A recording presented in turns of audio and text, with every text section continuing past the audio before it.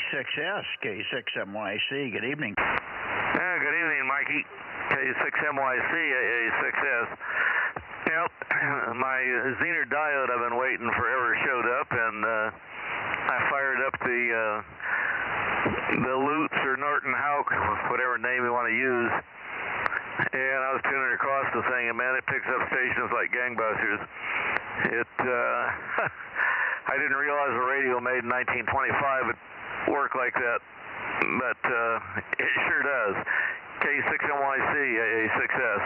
Yeah, is it on what frequency is it receiving, Bill? It's broadcast, but they have, I know I'd never be able to find them. They had coils that went up to slightly under 7 megs, I think, plug-in coils. You need 5 of them for each section. I think they had 4 or 5 sets, but that's pretty hot radio. It's got 3 stages of RF and 2 stages of IF, and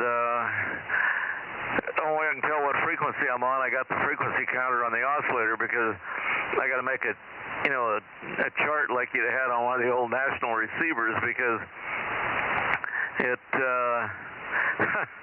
you don't know where, you don't have any frequency dial other than you got the one for the RF section, the pre-selector, and the oscillator. So I got to make a cheat sheet so I know where I am. But I mean, KCBS, KGO, all that stuff comes in like gangbusters.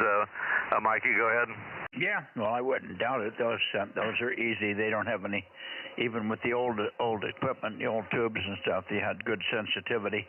You're cosmic noise limited, or band noise limited. So anything that gets above the noise, and it's usually a monster signal strength that does that. Why, you're going to hear it.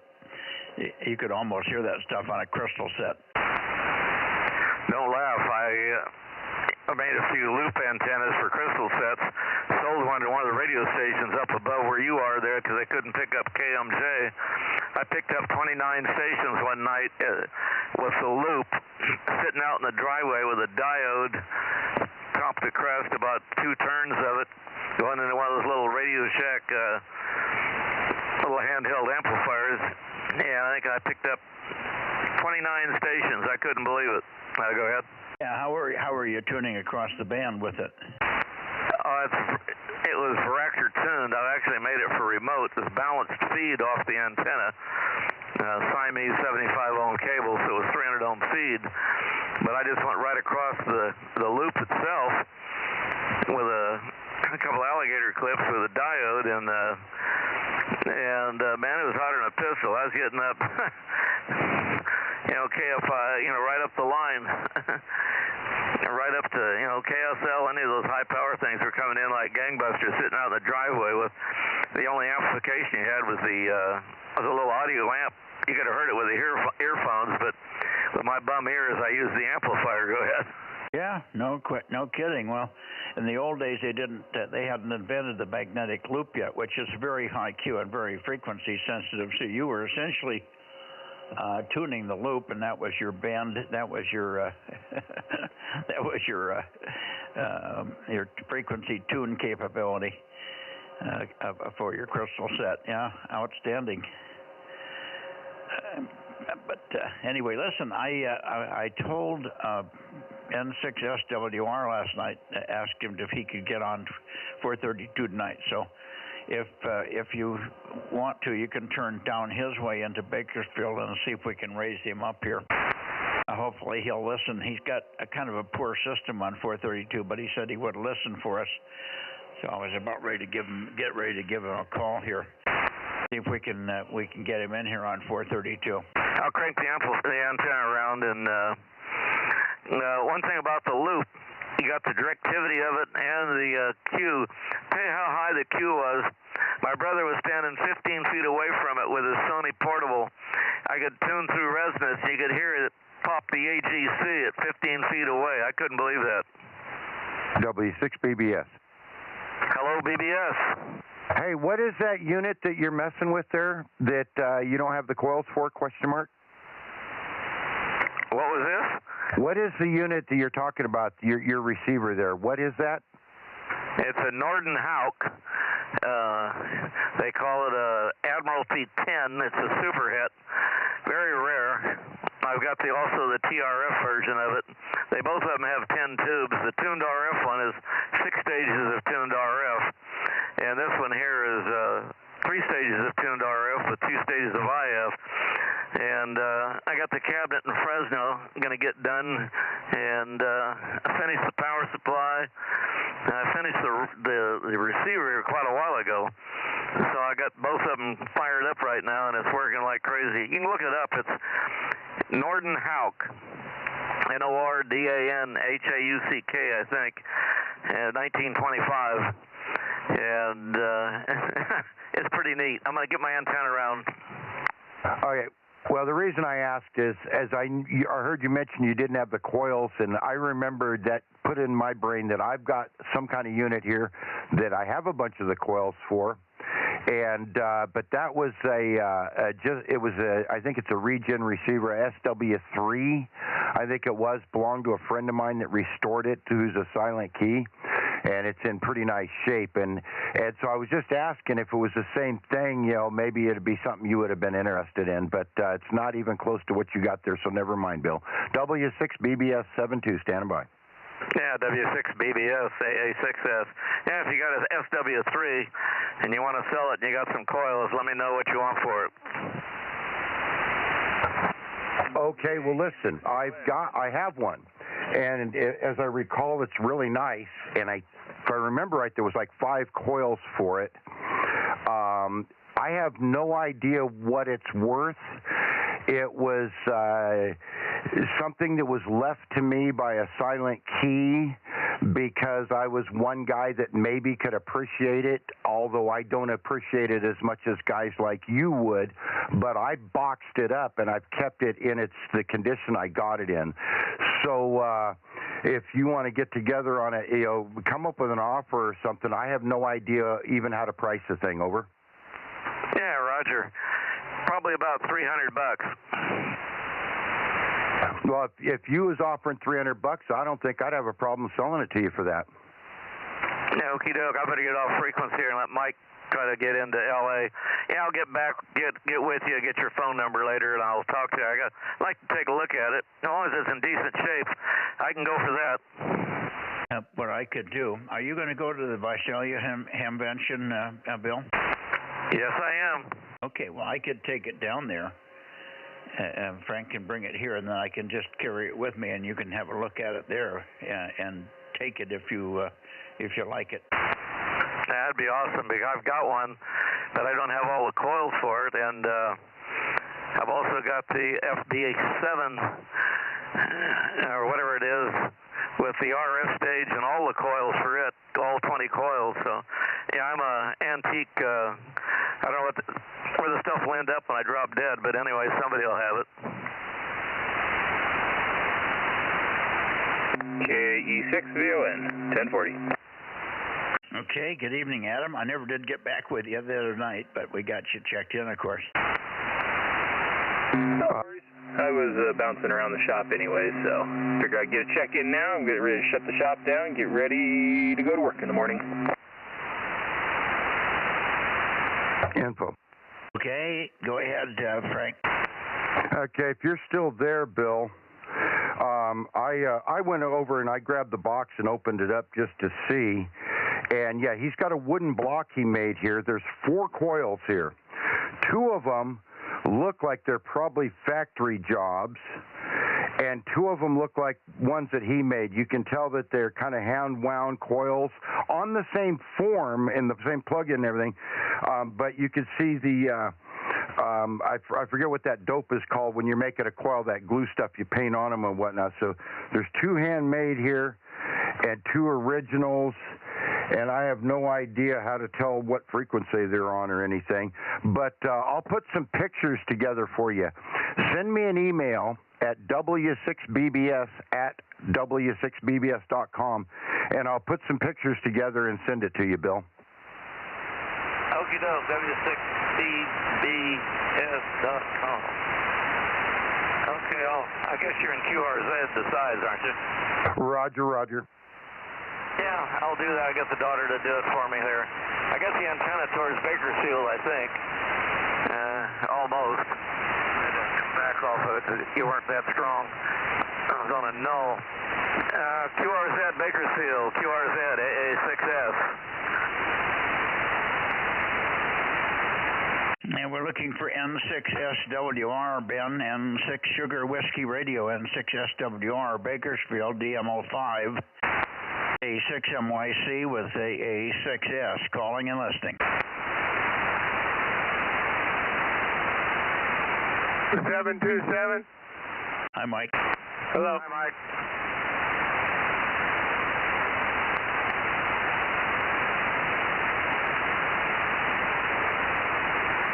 KJ6KK. Stand by. KJ6KG or KJ. Stand by a second. N6SWR, N6SWR, N6SWR, AA6S.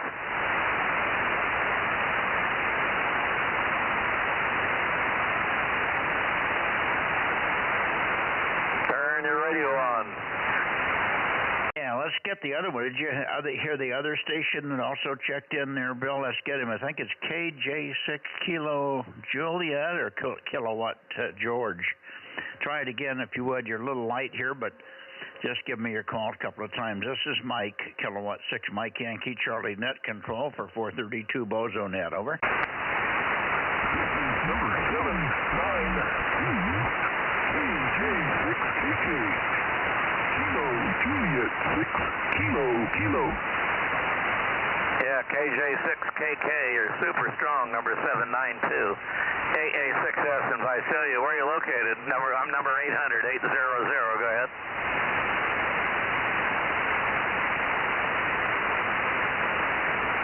KJ6KK, are you copying AA6S? Negative. He's not hearing you, Bill. What's the deal? Tell me, KJ6, I still don't, I need your call phonetically. When you say in the letters, I can't tell whether it's a G, B, E, C, or what. So give it with phonetics if you could. Kilowatt Juliet 6, kilowatt something.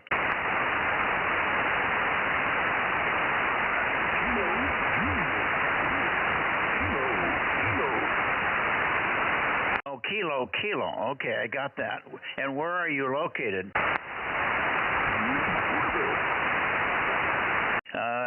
You're extremely weak. You have to repeat it 2 or 3 times so I can make sure I heard it right. Give me your location again.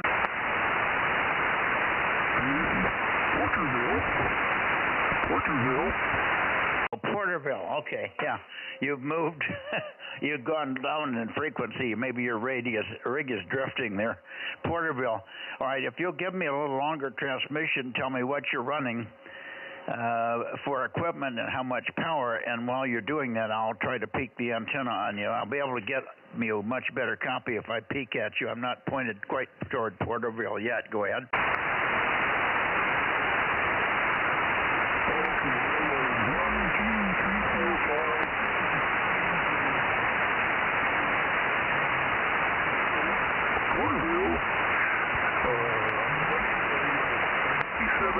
At full power, which I think is 50 watts or 20, I don't know what full power is on this.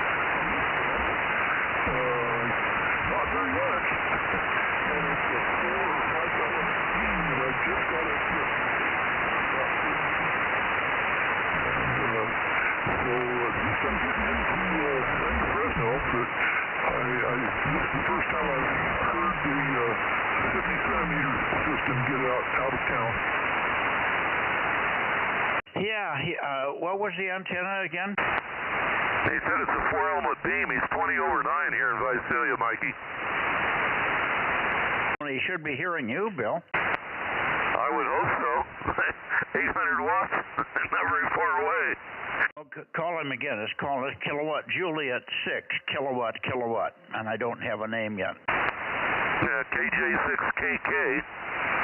KJ6KK, AA6S. You're about 20 over 9 with your 9700 here, and you're 4-element beam there. Name here is Bill. We're in Visalia. You're super strong here. So I hope you're copying me. If not, something's going wrong here. And KJ, give us the name there too, please. And I heard number 792, Bozo. So KJ6KK, AA6S, over. AA6S is KJ6KK. This is Jim in Porterville. Jim, J-I-M. Jim. And Bill, let me know how I'm doing on down. Well, I'm down to 25%, which is probably 10 watts. Yeah, I can barely tell the difference. About 10 over 9 now. I'll tell him to turn it up all the way. On this band, if he's got a 9700, it's got 70 watts, and I need all of it. I don't think he's pointed at in my direction here. I'm north of Fresno, so go point toward Fresno and then go a little bit more north from Fresno. Over, Jim? Yeah, crank your power up to full smoke. Turn your antenna towards Fresno there, Jim. Right now. So get some signal over towards Mikey there. But you're super strong here in Visalia, Jim. It's definitely working. I mean, it's just at least 40, 30 miles away. It's mighty strong. Turn toward, if you got a rotor pointed towards about, well, you know where Fresno is. KJ6KK, back to you, Jim. AA6S, over. Yeah, and that was a complete double. That didn't work, huh? Well, he's talking with you when you're talking, so I don't know whether he's not hearing you or whether you, who started first there.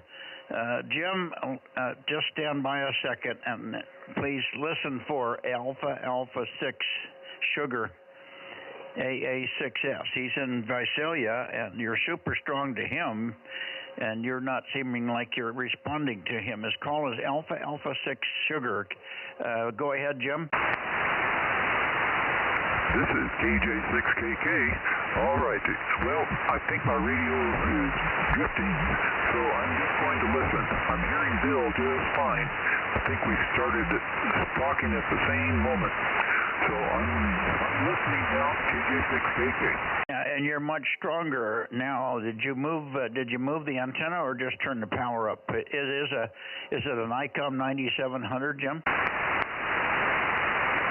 Power's back up to 100%. Didn't make any difference.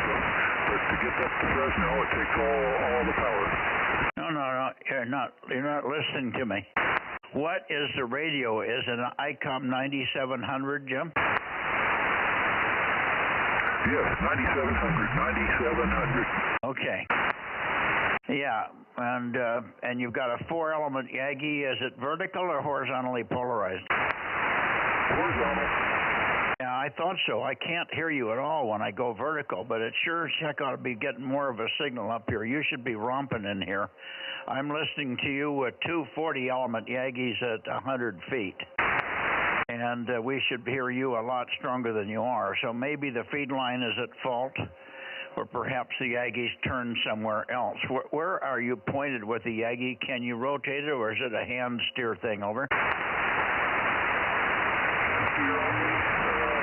Daylight hours, it's pointing about 330 degrees from true north. And I think I see there's a gap in the hill close to me.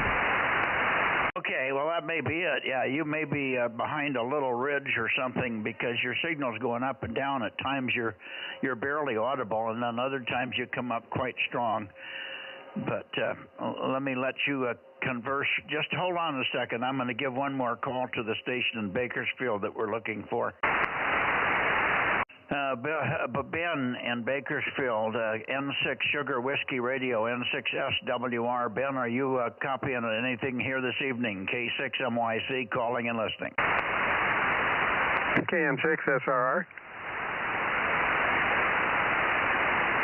Do you hear anything from him, Bill? Nothing from SWR. N6SWR, N6SWR, A6S, over. KM6SR has some important information.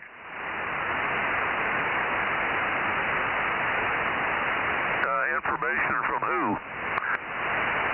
Ben gave me a text earlier. I'm trying to get on to where I can tell you what's going on. Over. Okay, well, we didn't know that, so I wasn't ignoring you, but I was just waiting for everybody to get done here. Go ahead, Rob. Yeah, Ben said he forgot that he has a club meeting tonight, so he's going to leave the meeting a little bit early, and he should be home about 7:45. So I told him I'd try to turn down there at that time. Over. Oh, okay. Okay. Very good. Well, we got the station, and Jim there in Porterville is also on. I think he was in here the other day. Remember, we were waiting for Eddie, and then KJ6KK comes in. And Jim was in here.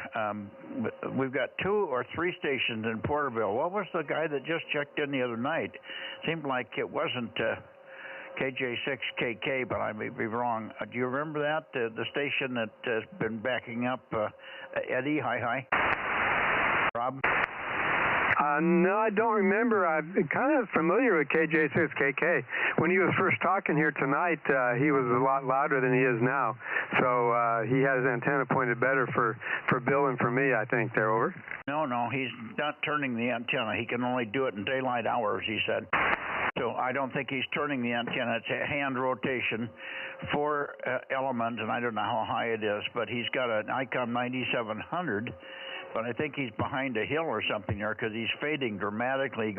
He comes up quite strong and then he fades right down. So why don't you give him a call and see if you can at least get him to hear you? Over. KJ6KK, this is Kilo Mike 6, Sierra Romeo. Jim, you have a copy on me? Over. KM6SRR, KJ6KK, yeah, I hear you really well. All right, sounds good. Well, 19700 to the other. It always works best. Over. Well, I hope they would. It's still but I'm getting used to it. I've got stuff away from the radio, and the ground is tonight on 70 centimeters. But I've got to step away, so I've got to say 73 to all. And thanks, everybody, for coming back. This is KJ6KK. Roger. Thank you, Jim. And come back. We'll be here till about 8:30 or 7:45 anyway. 7:45. 8:15. So if you get free, you can come back in. K6MYC 73. Jim, thank you. Hey, Mike. Yeah. Just FYI, I'm able to hear him. I can't quite understand him. He's too low down, but he's there all the time for me. So you must have a pretty good blockage, because I definitely have a blockage in that direction. But it sounds to me like he's low in frequency. No. He's pretty close. He could be 10 or 15 cycles low. He's a little tiny bassy. But when he was really weak, it sounded worse. It sounded more bassy. But when he comes up, like the last transmission, he came up to about S5. And then he just fades right back down again. So I got monster fades on him. Over. Yeah, roger that. He's fairly stable here, just very weak. I heard him say Rob's call sign and then maybe one word in that. Otherwise, it's just murmuring. So maybe in this particular case, I almost have a better path. I probably have a better path, but just no antenna yet. Yeah, I don't know. Okay, carry on, sir. I made enough noise for a while. Well, I've got, I go across Millerton Lake and the hills that are there. So I'm knife edging, and maybe I've got him in a Fresnel null with the knife edge. I think he's checked in a couple of times on 2 meters. When we're trying to get Eddie, all of a sudden he checks in, and I think that's the same guy. I just haven't worked him enough to get to know him. But anyway, he's got a 9700, and he's obviously now got it working on 2 meters and on 432, so that's a good sign. You got US Wife trying to check in twice while you were talking. Aren't you hearing me, Jim? Aaron, aren't you copying me? Yeah, you're just not breaking long enough for me to be able to make it in. I drew a line from Jim's house in Porterville to your antenna, and there's a hill due east of Fresno that's 1,700 feet that you're shooting through. Okay. I hear hear some CW. That's probably from Nevada. Anybody hear that? KM6SRR, AA6S. Yeah, Ben just texted me and said he's on there, but he's not hearing anybody. So we need to point down his way and see what we can do. I'm pointed right at him. And I heard the CW, but it got covered up. Yeah, it was 249. That's KB6, KD6BQ.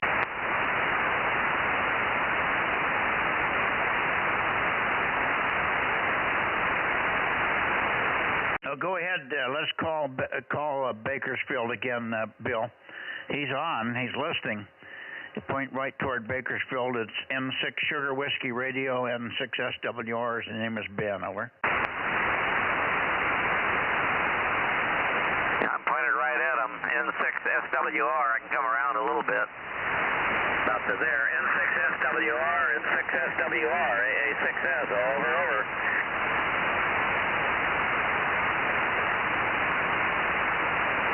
I hear nothing. Yeah, he said he's not hearing anything either, so he's got something really seriously wrong there on his 432 system if he's not hearing you.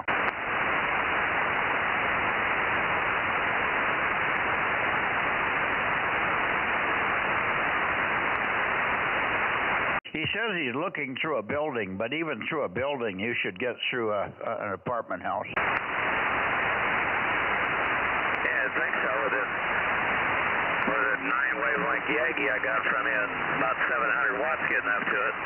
Yeah, no, I hear you. I'm running about 700 or 800 as well, but I'm further away. But yeah, you should get into him. You've got an absolutely perfectly clear shot to Ben. I was thinking it bounced around the rocks up there enough to make it, even if it was behind them. Oh well. Back to you there, Mikey, and I'll just stand by here. And the station in, the KK was about 200 cycles low. I had to go down to about 150 cycles down. I came back up when I was to make it back where I was. Anyway, K6MYZ, A6S. Yeah, well, it didn't sound like 200 cycles. He was a tiny bit low, but very understandable here. And it wasn't bad enough for me to even make comment.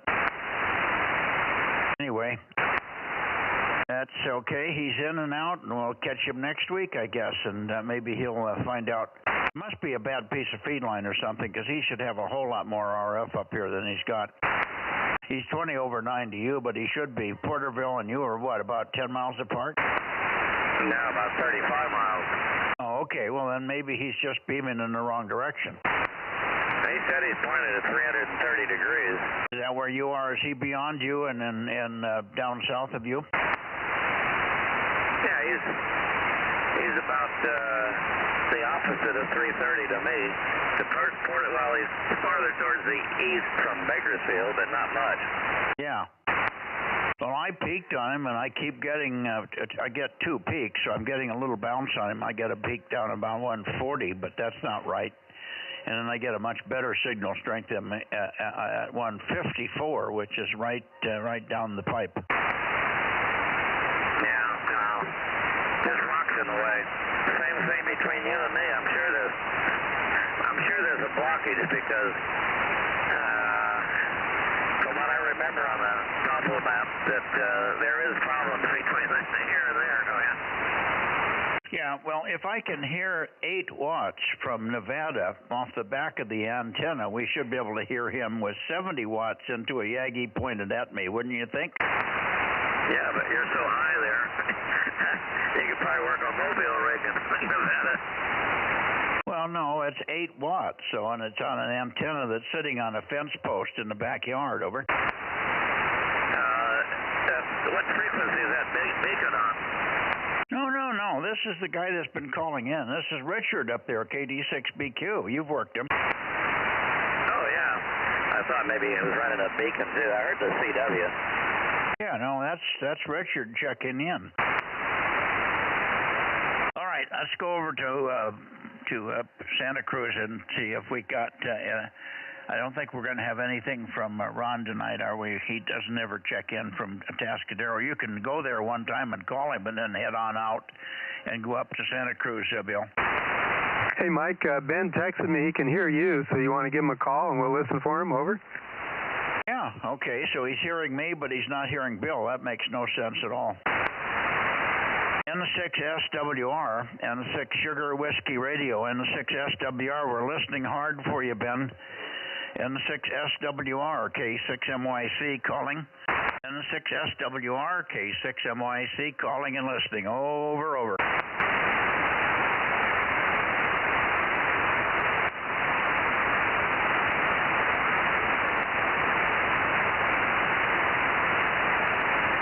I know what the problem was with Jim, Frank. I didn't have the preamp turned on here.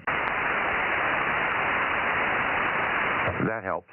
Well, I remember the 220 preamp cross mod, so I was thinking I was on 220, but forgot, and I had left it off because I was concerned about it overloading and crushing the receiver. N6SWR, one more time, Ben. N6SWR, N6SWR. A lot of people listening for you. Make noise, make noise. N6SWR, K6MYC, calling and standing by. Over.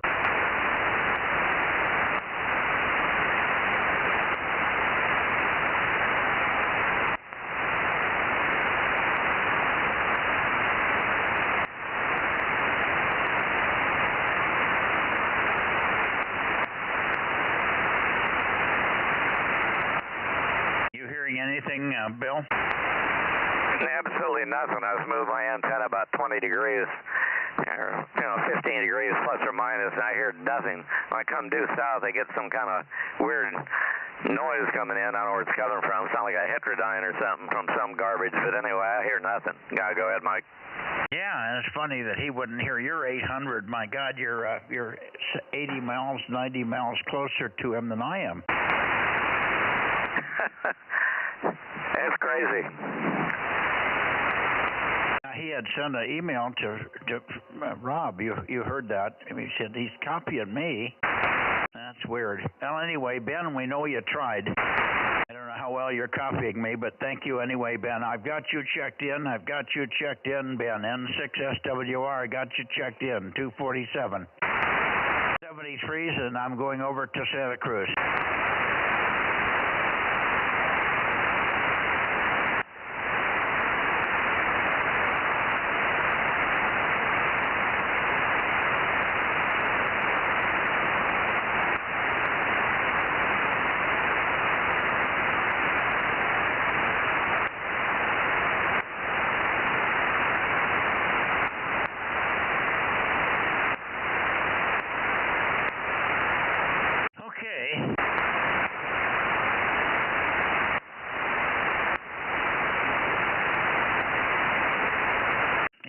Toward KW6S. A6S. KW6S, AA6S. You're on, Tom, over. Yeah, go ahead, Tom.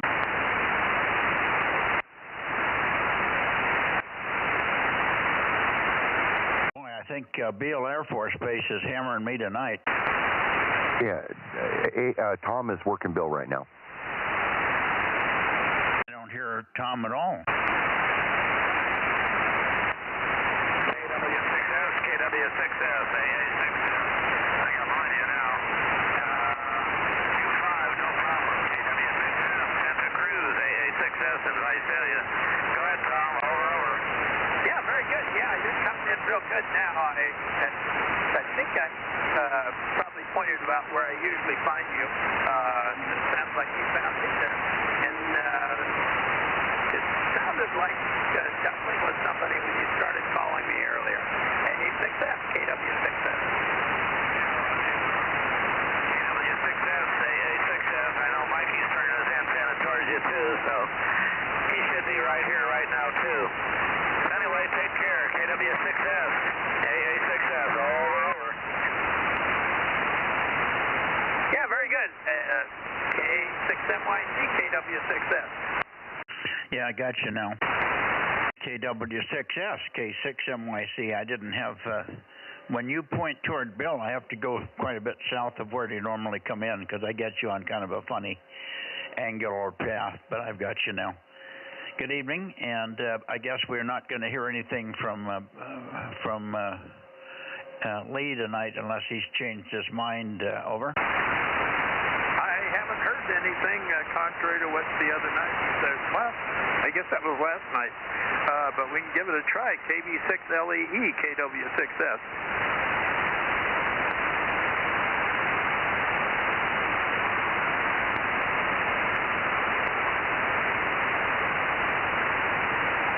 Didn't hear a thing there. K6MYC, KW6S. Okay, and you must have turned back toward me because now I'm pointing up a little bit more north toward you, and you came way up. Yeah, I moved my antenna to point it back to you again. Where did you say you moved the antenna? You just faded right to nothing. Oh, wow. I should be pointed pretty much right at you now. So, but I've got kind of a weird other like it's got another peak almost down to Visalia for you sometimes, but not always. I see what's happening. No, the band's just going up and down. You come up roaring up, and then you go right down to real quiet. And then you go roaring up, and then you go right down to real quiet. Yeah, I see a little bit of that on you, but it isn't quite as drastic as it sounds like for me here. Okay, anyway, let's see. Rob, are you copying Tom at all tonight? No, I'm still pointed down to Ben. Apparently Ben was hearing you again, but he has to, I think he's got an antenna pointing problem, over. Yeah, I don't think he can rotate it from inside the shack. He has to go up and do it.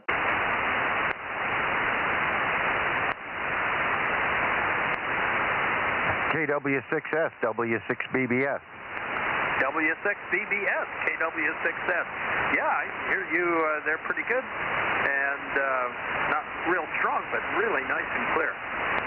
Yeah, okay, very good. I was just going to give you a signal report there. When you're up high, you're at S5, and then, but in those fades Mike's talking about, you drop down to about an S1, and then you come back. But I've got very low noise tonight, so I hear you all the time, but the band is doing that, just rolling up and down right through your transmission there, over. Yeah, probably the same for me. I've got very low noise, so Mike fading up and down doesn't seem to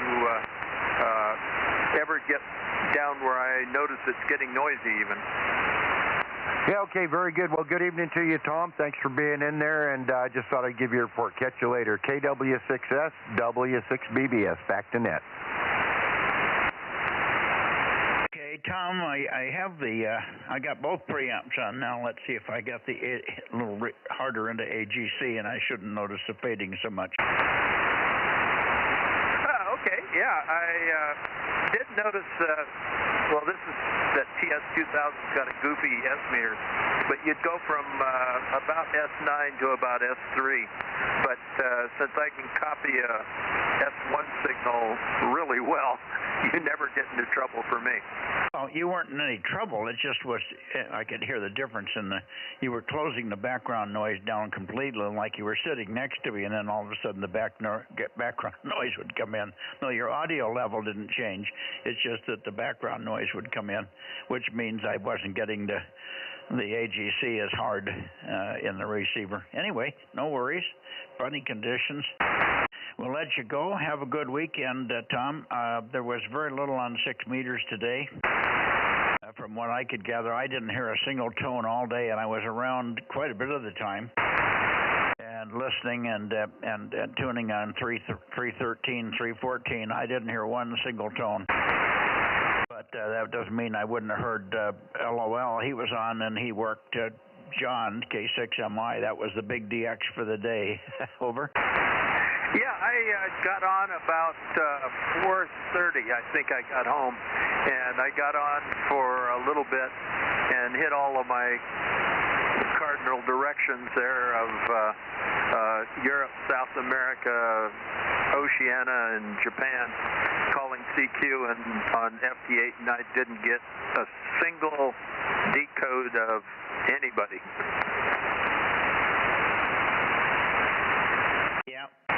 And the band was funny this morning. We might have had another little flare or something on 40 meters. We were talking to Bob up there, and I was S9 plus about 10 or 20. And all of a sudden, he said I went down to S1. And everybody else lost Bob altogether. And then finally came back a little bit for Frank, but I could hear him the whole time because I got the three elements at 100 feet with the big 1,000-foot drop-off in his direction up in Olympia, Washington, but nobody else could hear him, and everybody faded for him as well. And then it came back after a bit, so it was just a 20-minute dropout. Yeah, well, the sun's doing some kind of erratic things right now, so we'll have to just ride it out and try to be there when it lessens us. K6MYC, KW6M. Okay. Anyway, we'll let you go. We'll see you Sunday night. Have fun in the weather. I think we're going to have some big rain coming in here. I don't know. It should start to rain for you. This is Thursday. You should start getting rain early in the morning. Yeah, I think it's predicted we start at about 6 tomorrow morning, and then I'm going to run the WPX contest this weekend, and we'll see what kind of shape that leaves me in on Sunday evening for the net. Yeah, well, at least you can stagger into the shack and say, KW6S, check it in. Good night.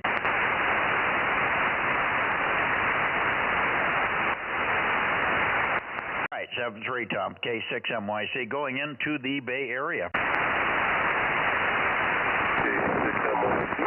K6MYC, KD6SOK. I hear you're going into the Bay Area there, Mike. Let's see. See a little bit more signal there. Let's see. C5DTU 712 checking in. So we'll see what happens with our signal here. Anyway, back to you, Mike. KD6SOK. Yeah, good, Fred. Good to hear you. KD6SOK, and underneath you, KC5DTU. Stand by just a second, Fred. Let me have a word with the local station that you guys aren't hearing each other there. Let me get you in here. 507 KD6SOK and KC5DTU 712. 712 or 719, Kerry? 712. I got it. Okay. Good to hear you. We missed you last couple of days off and on here, but what's new? Anything? Well, we had school night Tuesday night, and last night had things to do with the grandkids, so I got back too late to get on the net. Yeah. Okay. Well, that was why you weren't there last night.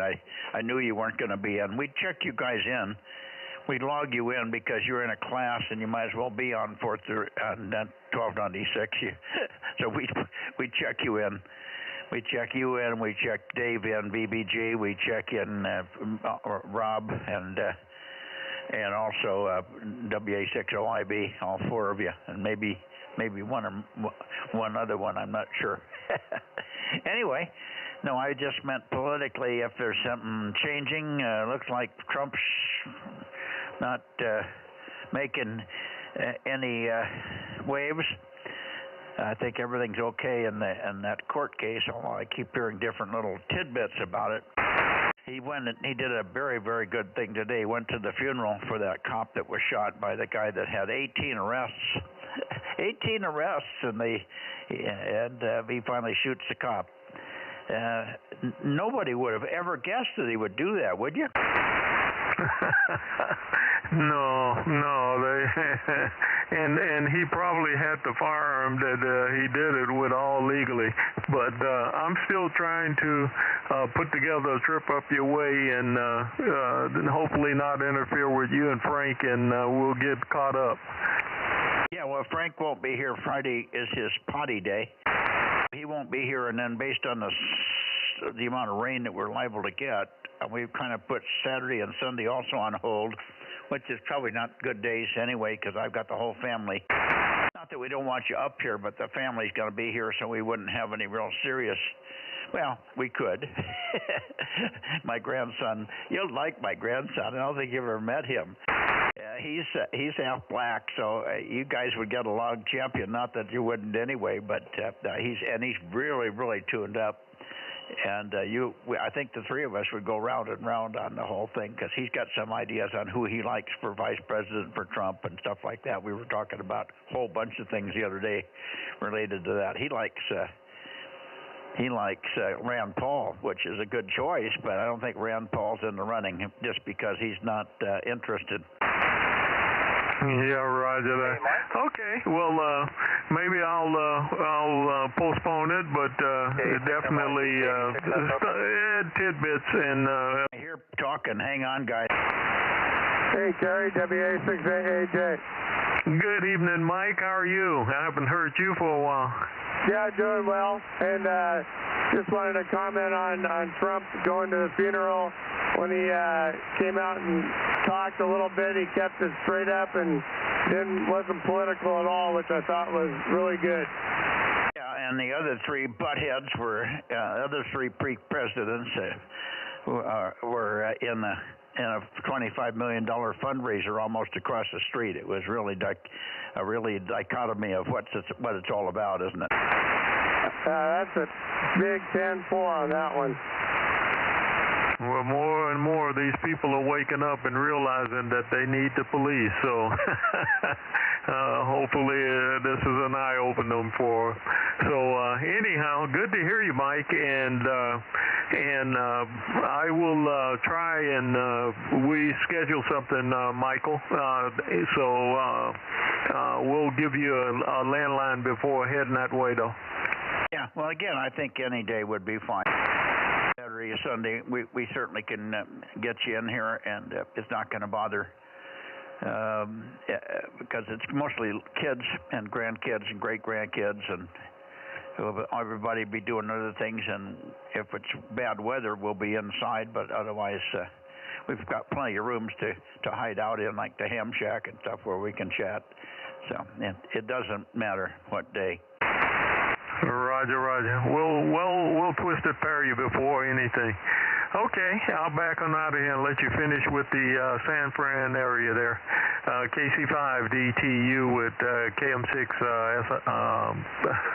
KM6 NYC. KM6, yeah, that's me. Okay, thanks, Kerry. Great to hear you. And we'll look for you. I'll wait for your call at your convenience. Okay, Fred, over to you. Sorry to keep you waiting there. Got more information back and forth than I expected. KD6SOK up there in the Bay Area, K6MYC. Oh, no problem, Mike. The reason I wanted to talk to you again is I switched radios. How does this sound? This is a radio I haven't used in 20 years, and you know how you forget things all the time? I thought, hey, I have another UHF radio. Let me see if it still works. So I did a quick swap of the coax and the power cables and put a microphone on it. This is an old Kenwood, it's a TR9500, and I just turned it on, and I'm at 100.3, so it's probably off a little bit, but I just wanted to get some feedback on what you think is how it sounds. I haven't, like I said, it's been sitting in a closet for 20 years, and I turned it on tonight, and I thought I better start using it before the capacitors go bad.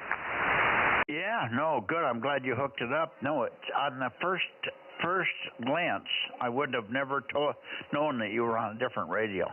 And you'd have to probably run A/B tests for me to know the difference. But I am hearing just a tiny bit of extra stuff in there on your audio. Very, very minor. I would have never noticed it had you not said listen for it.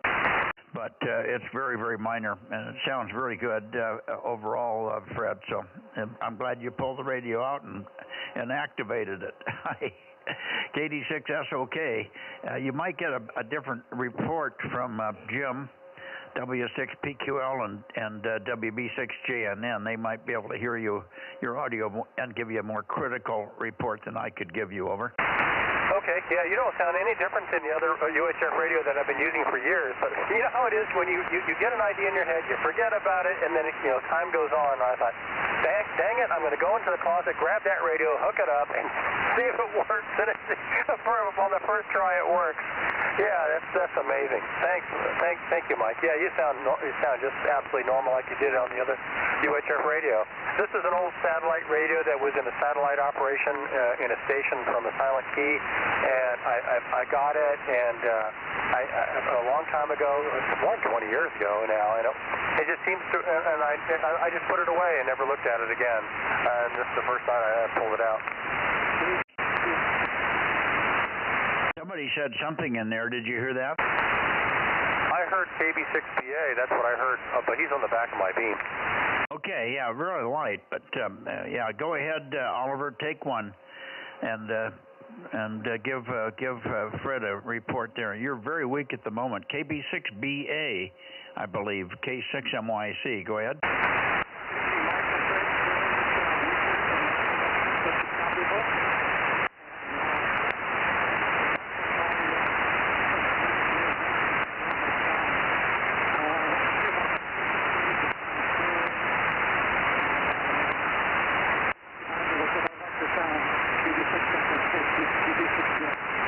Boy, you're just readability 2. I got you at the end there, and you came up to a Q3. I did get your call right at the end. That's all I could decipher, Oliver. So either it's the conditions or something's not quite tuned up right, or you're turned wrong or something. You might try to look at things one more time and try it once again. KB6BA 900 K6MYC Bozo Net.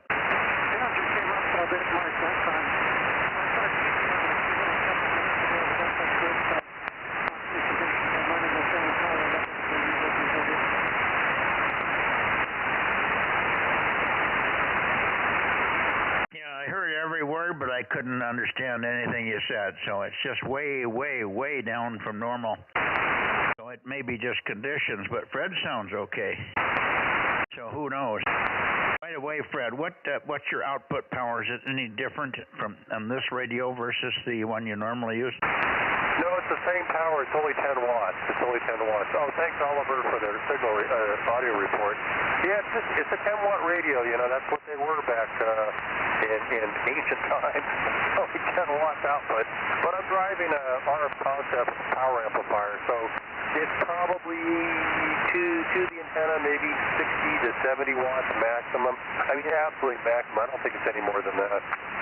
Yeah, well, it's 10 in, 100 and 110 out of the amp, and then whatever the feed line loss is. So that's good. At least you got more than 10 watts coming my way. I would be struggling with 10 watts. Yeah, I agree. I think 10 watts. You're not going to make it with 10 watts. And you're right, by the way. Oliver's signal is extremely weak, although he is copyable, but he's not moving my meter either. I know he's on the backside of my beam and all that, but usually he's much stronger, so I'm not sure what's going on. Anyway, 86, that's okay? Yeah, my guess is that he's got a water in the feed line or a broken feed line, or the antenna's turned wrong or something. It just doesn't sound at all like Oliver. Normally, I never have any trouble copying him. He's not as strong on 432 as he is on the other bands, but I've always copied. Anyway, I'm sure he'll sort that out. He may be not hearing me normally either, and that'll give him a clue.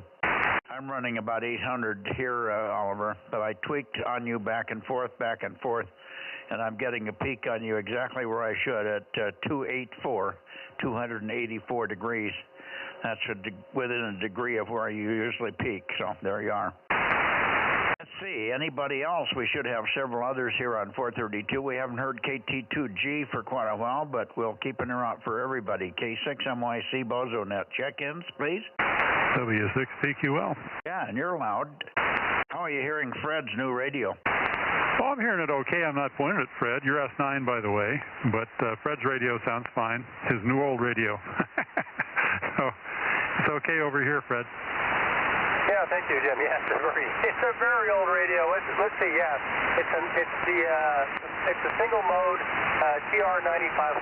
So it's pretty old. It must be 40, 50 years old, I would imagine. Probably not that old. I think I used to have one of those. It's kind of a small radio that's designed for mobile use, right? Yeah, they're very heavy. You know, it's really, it almost has a military radio look. It has a gray paint and a green display, green LED display. Sounds familiar. I think I used to have one years and years ago. I used to use it mobile on 2 meters back when I did that.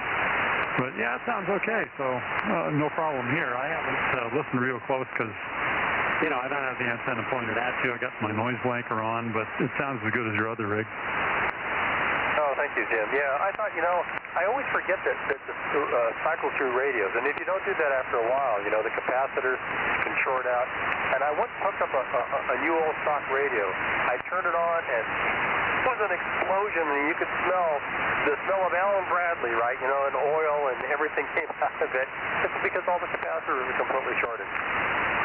Yeah, the electrolytics die if they're not used after a few years. I've got two dead radios that were like that, and you know, it's one of those things. Well, I'll fix this on a rainy day sometime, but I never seem to have the time to get to them, so they'll probably wind up in landfill somewhere.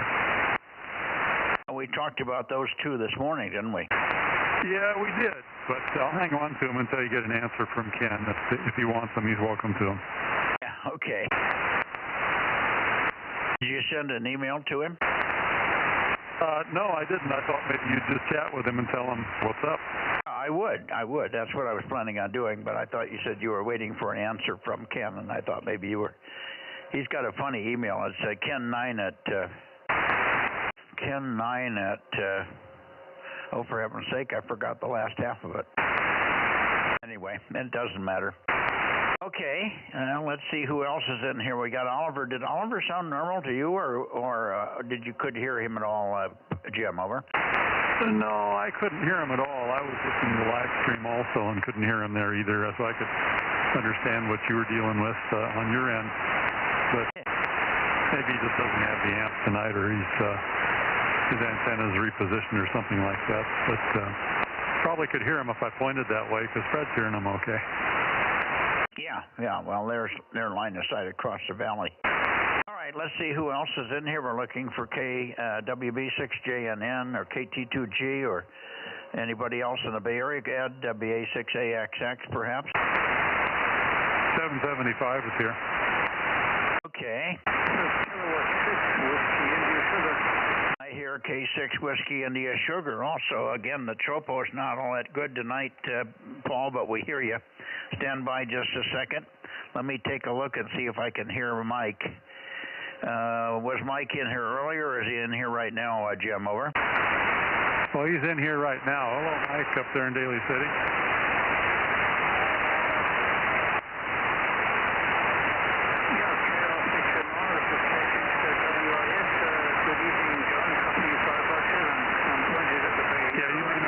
Mike, he's here. We're just checking in. Okay, I don't hear a peep out of him, and Paul was over the top of him, and Paul's about Q3, so that's how weak Mike is. Over. Right, yeah, this conditions right now, I guess. And hello, Paul. Back to you, Mike. Okay. WA6AXX, no traffic. Who is it? WA6AXX, no traffic. Oh, there you are. Okay, yeah, you were really weak the first time. Did you turned away from the mic or something? Oh, I just did not speak up. That's all. Okay. Yeah. I heard you, and I thought, well, that's it, but that doesn't sound right. All right, good. Good evening to you, and we had rain this morning. I don't know, you must have had rain pretty much through the night, but we got a lot more rain out of this little Thursday thing than we thought we would. Over. Yeah, let's see. We've had a quarter of an inch of rain since midnight. Let's see, quarter of an inch since midnight, and then yesterday, one second here, yesterday we had nothing. Okay, so quarter inch today. Wow, okay, because we got overnight we got about 3/4 of an inch here. Yeah, we're getting more. Yeah, that's unusual that we would have more than you did. Anyway, very Very good. I can't hear Mike at all, but I'm going to see that you might take a standby. We're still waiting to see if maybe KT2G is in here. WB6JNN I have not heard either, so one of the two or anybody else. K6MYC Bozo Net Bay Area. Go ahead, please.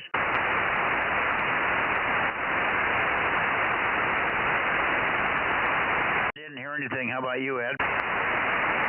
Did not hear anything, no. Okay.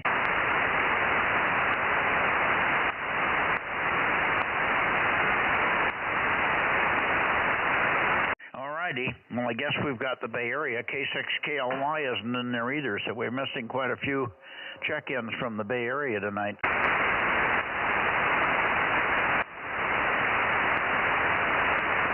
I'm still waiting for anybody else to just pop in there, but I guess that's it. All right, guys. Well, we'll see you all Sunday night. Have a good weekend.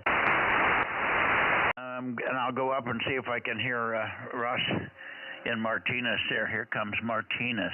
How are you, Russ? K6ERF, K6MYC. Yeah, good evening, Mike and the group. K6ERF, good signals always. And things here are going as usual. It's almost too much to talk about, but it's been an interesting experience. Anyway, back there to you. Good signal. Yeah, good. Yeah, you're doing fine here. Just a tiny bit of flutter, but I may have gone past you a little bit in azimuth, but close enough, good enough for who it's for. And okay, on your busy life there, you're just not used to that yet. You're not getting into the new normal, are you? Well, I'm getting pretty old for this kind of thing, but it's like a complete takeover of the house. And I'll talk more about that next time. It's been a very interesting experience. Well, it probably also allows you to move some things and find the dust that's underneath that thing there, over. A lot of that, yes. Okay. Well, hang in there, buddy. I guess, did you have rain overnight? Yeah, we had rain, plenty of rain. I guess we'll be looking forward to another 3 to 4 days of rain. I guess you got the same thing going on down there, huh?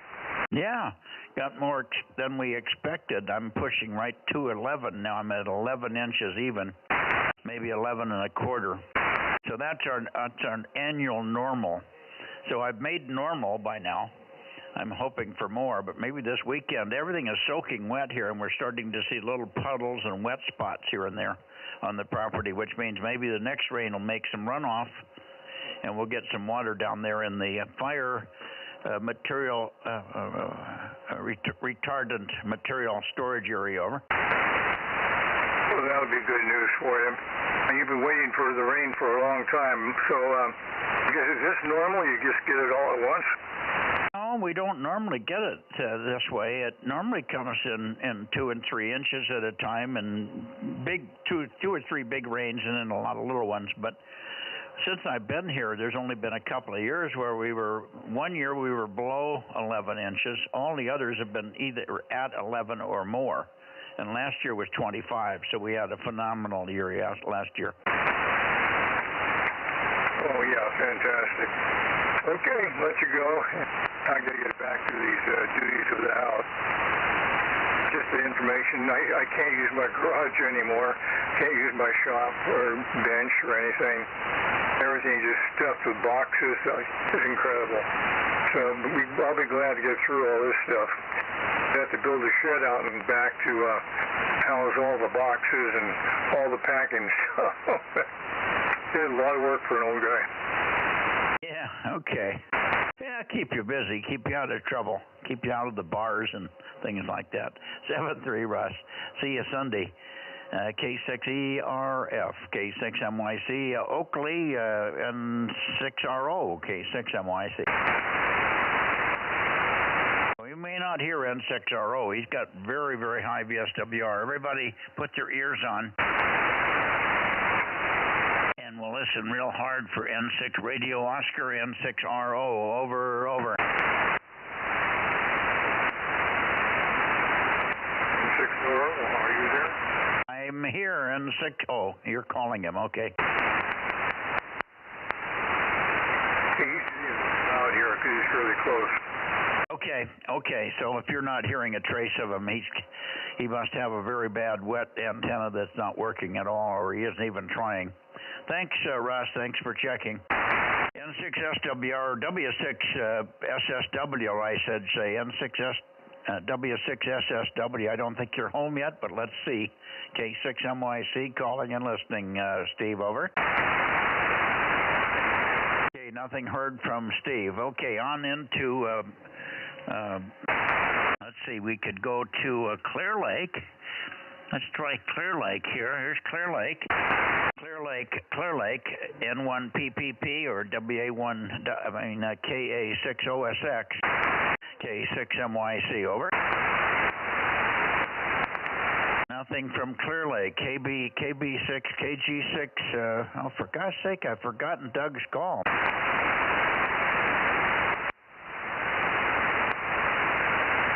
Why can't I bring that call up? Do you know who I'm talking about, Russ, Rob? Yes, I'm trying to look him up right now. I think it's 292, but I don't think that's right. I can't remember his Bozo number either.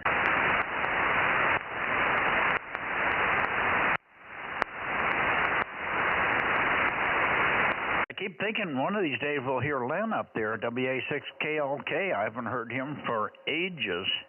And ever since he moved, he's never gotten back on. Well, I guess he got back on sort of, and we sort of half worked him, but that was it. And never heard him since.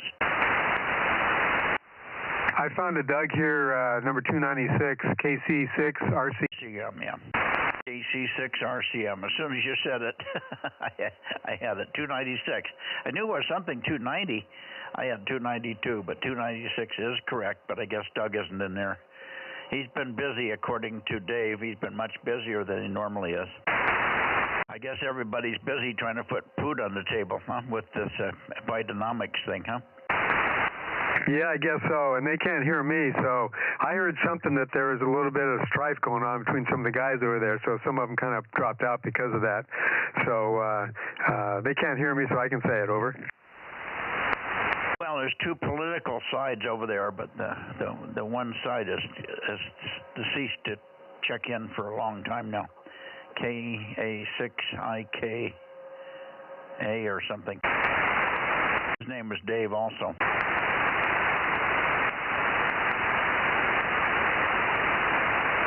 Anyway, okay, no Clear Lake. Let's go on to Sacramento. Well, while you're going, you know, for most people, by the time they pay the electric bill and put gas in the vehicle to get to work, there's no money left over to buy food, so I don't know what the argument's about. Yeah, I know. I know one thing. I saw an article on a program on the pawn shop dealer, one of the big pawn shop dealers in the United States, and he says it's a great business for him right now because he's got people coming in that he hasn't seen in years because they're pawning stuff so they can buy food or get gas. Yeah, it's just gotten beyond ridiculous. Anyways, carry on. W6BBS standing by. KJ6KFB, KJ6KFB or KO6KD, K6MYC. 756, Kilo Julius 6, Kilo Foxtrot Bravo. Yeah, got you there, Darren. A good signal. It's not real strong, but you're Q5. Take one and then let me know what else you're hearing over there. Well, I know Jack is on frequency again tonight, 1063.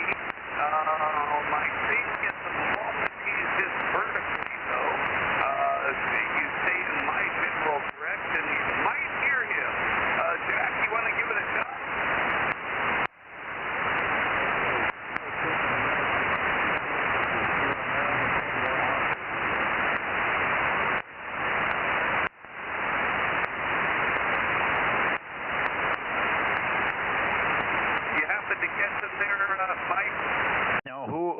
I didn't get the call sign. That would be Kilo 9, Tango Alpha Zulu, 1063.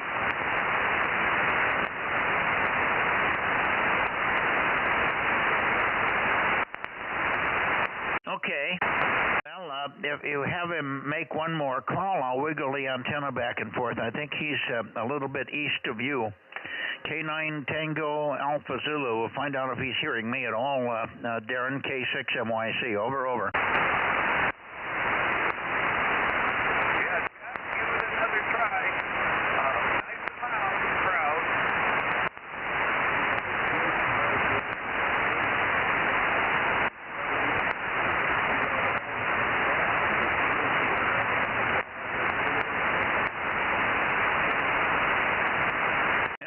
Traces. I'm hearing traces. I think I heard Alpha Zulu, so that would be Tango Alpha Zulu. I'm hearing little bits and pieces. Over. Oh, very good, Mike. Well, we're making progress a little bit at a time. We still got to flip them over on the flat side. You still have to do what? Flip them horizontal. Oh, he's still vertical, is he? Well, I can go vertical. I keep forgetting to go vertical. If you want to have him make one more call, I'll go vertical here. Over. Give it another foot. Pull down.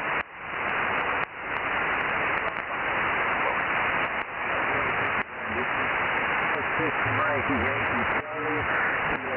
Mike Yankee Charlie. This is 209 Tango Alpha Zulu. 209. QSL, K9 Tango Alpha Zulu. You're much better copy vertical, but not quite Q5. K9 Tango Alpha Zulu. Thanks for being there, and hopefully one of these days we'll get you over horizontal and we won't have to try to remember that you're vertical. Good evening to you. Hope you have a good weekend, and thank you very much for being there, checking in. K9 Tango Alpha Zulu from Mike, K6MYC. Over.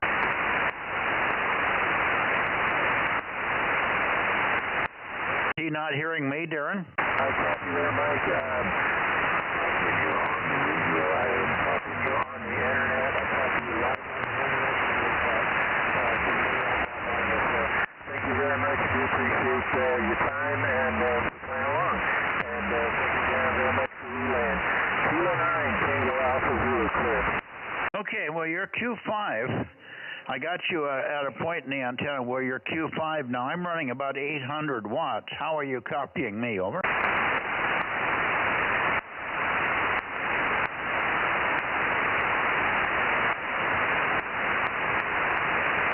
don't think you're hearing very well. K9 Tango Alpha Zulu. You must have a lot of noise there because I'm running 800 watts, and I don't think you're running anything more than about 70. I'm copying you on the internet, on the live stream. I do not copy you on the radio. I do apologize, and I do appreciate you taking the time, along with everybody else, to entertain me there. 209 Tango Alpha Zulu, back to you. Okay, well, you see, you should be hearing yourself now on the live stream, and right after that I come right back to you, and you're not hearing me on the direct path. That's really odd. You must have some serious noise problem there, and I forgot the name. What was his name, Darren? I don't think I can copy you vertically. Let me go to horizontal. Jack. Yeah, Jack, okay. Oh, there you go. Yeah. It's Jack. I guess he's not hearing me at all, huh? No, he's just hearing you on the internet feedback loop. So he did hear himself come through. Yes, indeed, it's one corrected, but we got to work on him. He's got a little work ahead. At any rate, Mike, I'll let you move along. I'm not sure. Bill, CO6KD should be around, but I haven't heard him yet this evening. Well, I'll take a standby. Bill was not feeling very well this morning, and he may have gone downhill from that this morning. So we'll check for Bill in a second. But no, I just wanted to finish up with TAZ. He must have either a very, very sick radio or lots of power line noise or something. Can you talk to him? I'll just stand by. Why don't you ask him if he's seeing any or hearing any buzz or power line noise on his radio? Over. I think it's inadequate antennas at this point, and it's pretty sure. We got a little work to do over there yet, but I'm glad that he was able. You you were able to hear him on his compromised antenna situation. I don't think the noise is so much of a problem at this point.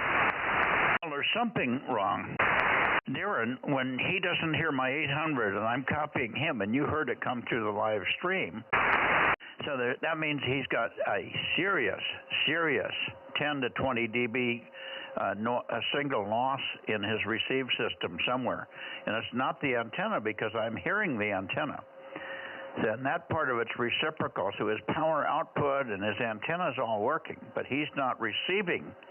That means there's some problem on the receive side. He's either he's covered with noise, he does not have the preamp on, or he's listening on some other frequency. Over. QSL, no, he's on frequency. He's hearing me fine. So I will advise him appropriately, and hopefully we'll get things turned around a little bit. It could be receiver sensitivity needs a tune-up. He's working on some older gear. Yes, okay. Well, again, if you could do it, the beacon is on all the time, and he should be able to get over there. Once he gets horizontal, the beacon's horizontal, he's not going to hear it vertical. So when you get horizontal, you should hear the beacon, particularly if you can hear it. So if you have a radio that's quasi-portable, you could take your radio over there and see if you hear a beacon on his system, and he can't hear it on his radio. That'll tell you he's got a serious receive problem. I'm just pointing up the problem. I'm not complaining. I'm trying to get the guys to be working correctly as they should. When they're not hearing me, I know there's a problem. Over. QSL, know how it goes. Okay, Mike, I'll let you move along. Yes, I'll be working with Jack and try to freshen his system up a little bit. With that, I appreciate you spending the effort chasing him down. KJ6, KFB. Roger, KJ6 KFB. Now I'm going up to get Bill here. Right about here, I should have good copy from Bill. KO6KD, K6MYC. Over. Boy, Beale Air Force Base is just hammering the hell out of me. KO6KD, K6MYC.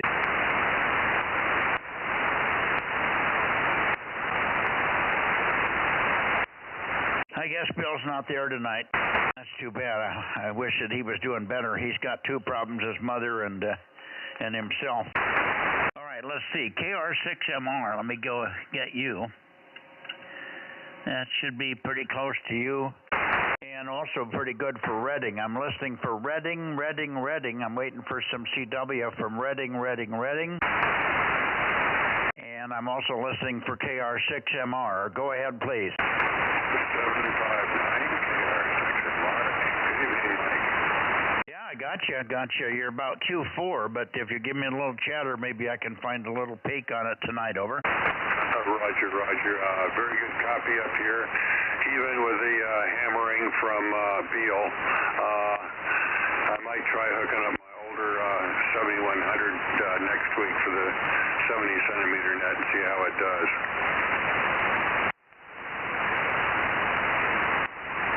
Okay, so you're going to try what radio are you going to put on to see if it does better on the Beale problem? I have a little ICOM 7100. It only gives me 40 watts on 432, but I think with my antennas that should be just fine. And its receiver should knock out all the Beale noise. Okay, are you hearing Beale on your 9700 right now? Oh yes, 20/9. Okay, I can take it out with the noise blanker. I turned the blanker on here, and it pretty well takes it out here. Over. No, nothing gets rid of it on the 9700. Now I'm using a 9700. You can hear the pops in there. It's just a short duration, like a noise burst or a pop noise burst, but it mostly just affects my AGC. Over.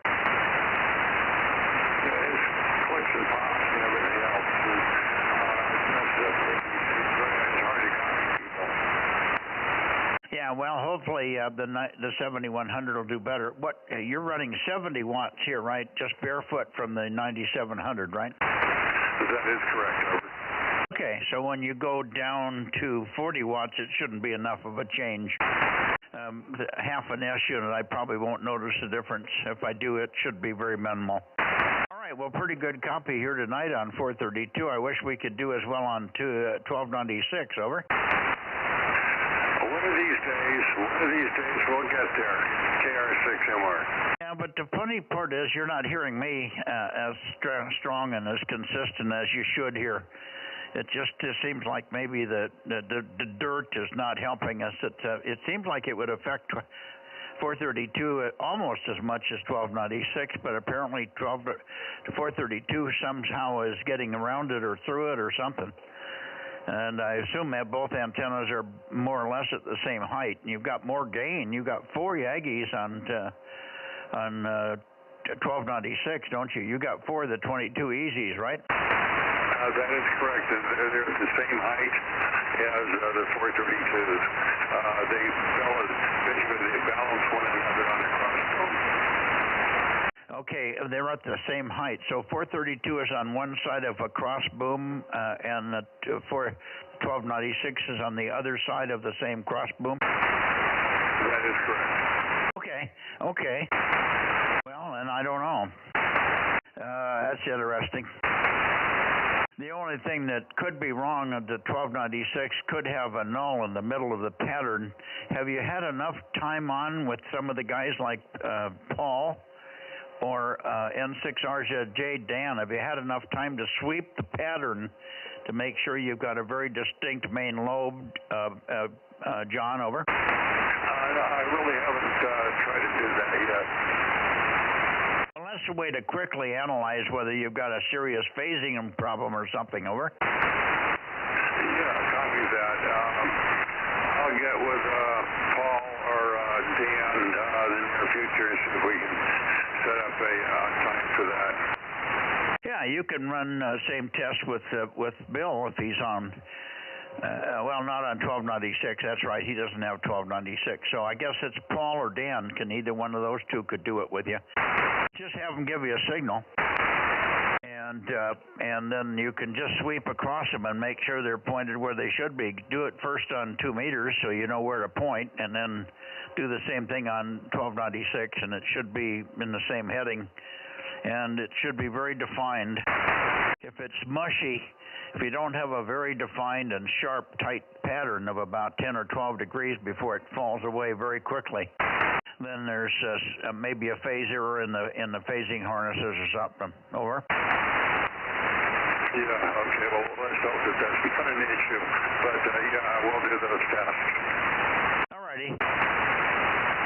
At some point in time when you're up there close, or maybe you haven't already, you might take a picture of the 1296 array. Take a picture particularly focusing on the back 4 driven elements, so Frank and I can look at the picture and at least make sure that they're physically right. Now, we can't tell that you've reversed them because you can reverse the sides, by changing holes that you're mounting in.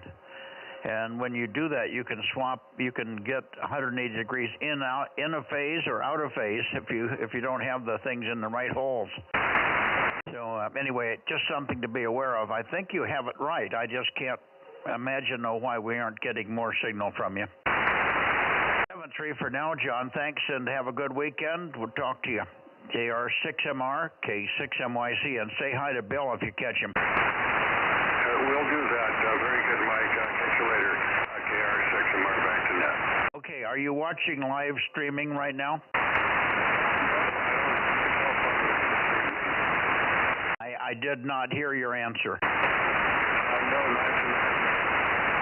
You're not watching it. Well, the point is you could listen to your signal. The only time you weren't Q5 is when you just answered me. Everything else has been Q5. Over. Yeah, okay. So, I'll see you Sunday night. Over. Roger. And let me see, Paul, K6WIS. Any copy on the direct path, Paul? KD6NYC, this is Kilo 6 Whiskey India Sugar. This is a bad time to call because your signal just disappeared down into the mud, so maybe you cannot copy me. That's net control from Kilo 6 Whiskey India Sugar. Over. No, I got good copy on you.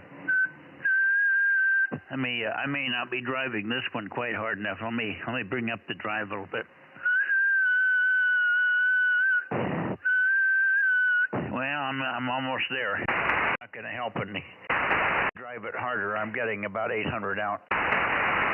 So that's all I can give you. But you're Q5, Paul, over. Okay, that's good news. You're about a 4x1. Just a few seconds earlier, before you broke with John there, you were a 5x7. So there's a deep QSB fading going on. So you got a lot of signal the radio, but there's much more QSB on this direct path right now. Over. Okay, well, I've got two definite peaks on you. I got a peak here at 332 and one at 338. So there's a little bit of a funny path going on here this evening. Anyway, I heard you on the other path, but it was so weak I didn't stay with you on that one, but I got you checked in anyway. Thank you, Paul, and good evening to you. And you probably heard my comments to John about helping him run a pattern to make sure he's got a front lobe where it should be. Over.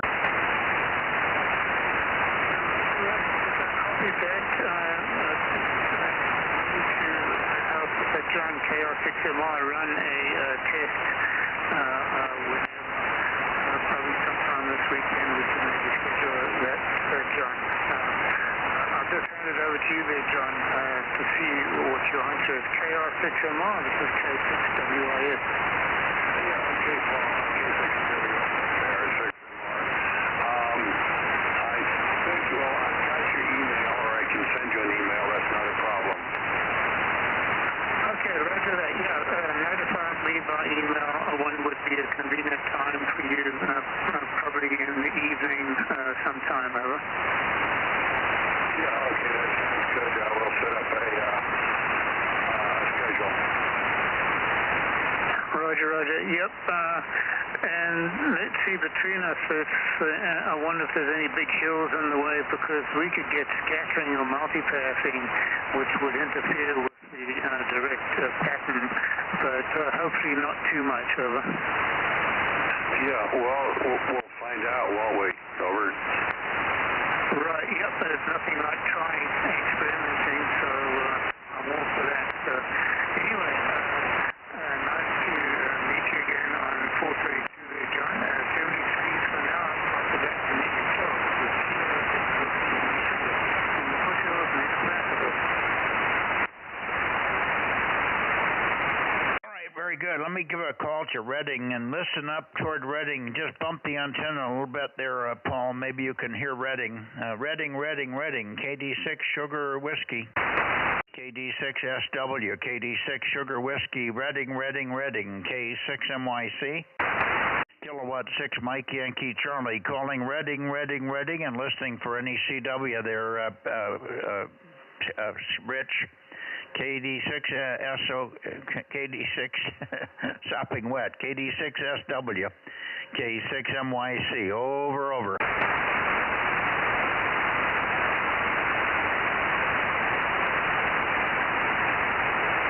Yeah, okay, nothing heard.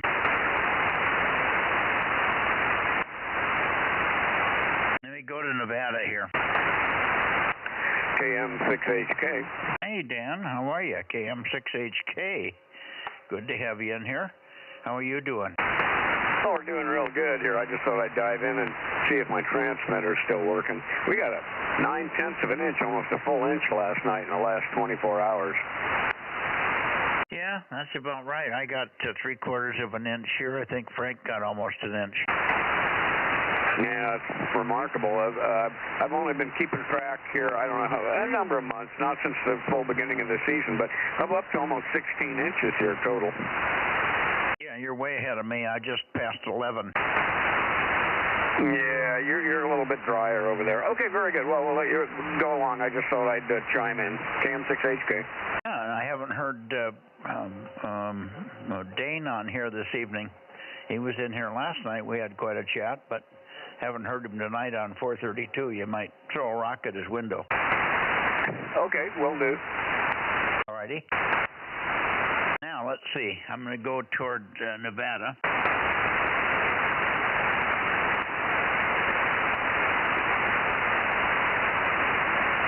They're in somewhere up toward Nevada, KD6BQ. KD6BQ, we have you checked in.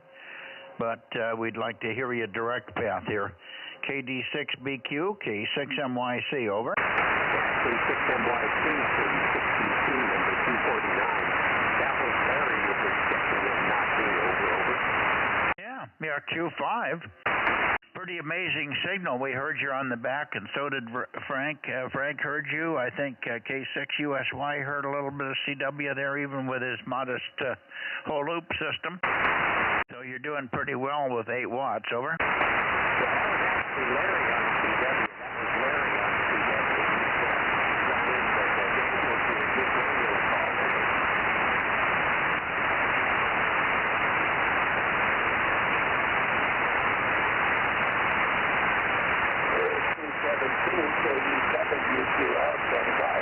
Okay, E7UQL, I got you, Daniel. Good evening to you. You're not real strong, but I'm moving the antenna away from you and more toward Richard.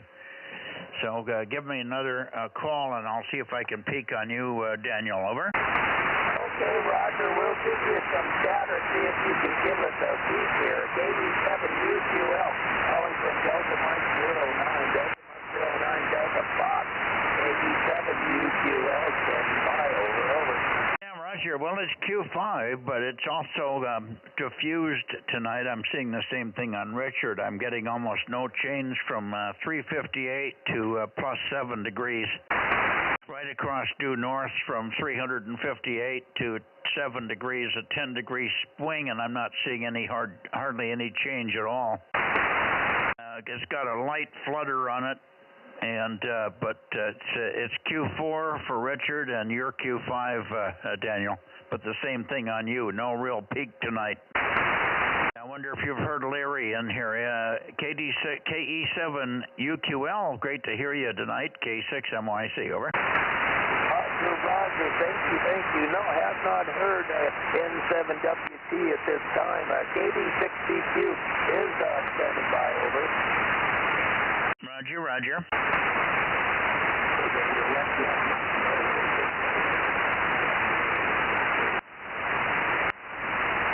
Okay, I'll give that relay to Mike.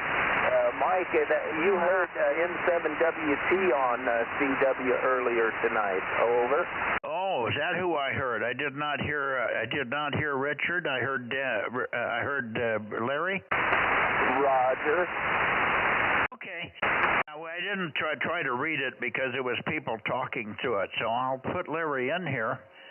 I've got Richard already logged in, but it doesn't matter because he's here now, so that's good. Thank you for that correction and let me know that Larry was in early, Richard. KD6BQ in the group, K6MYC, over.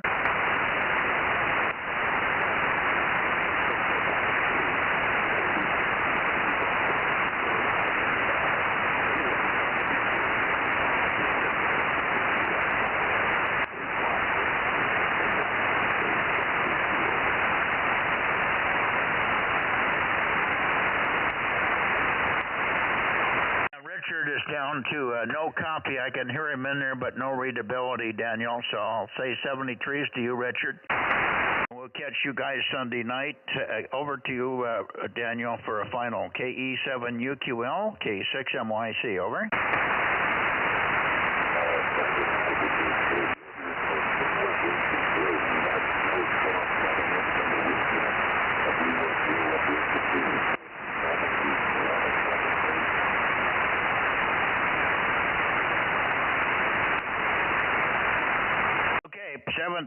That was down to Q3. Your path is really dying here. Q3, but we got you. 73s, guys, and see you hopefully on Sunday. You'll have time to fix the antennas on 2 meters, Daniel. Take care, guys. KE7UQL, KD6BQ, and after the fact, KN7 Whiskey Tango, K6MYC will be clear. Bye-bye. Rob, I assume you were not hearing anybody. No, I was hearing them a little bit. I heard UQL really well. He just stood by. Stand by a second, Daniel. Listen for Rob. Over. Go ahead, Rob.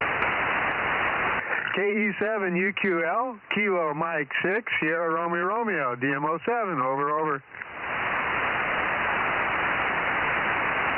Any copy, Daniel?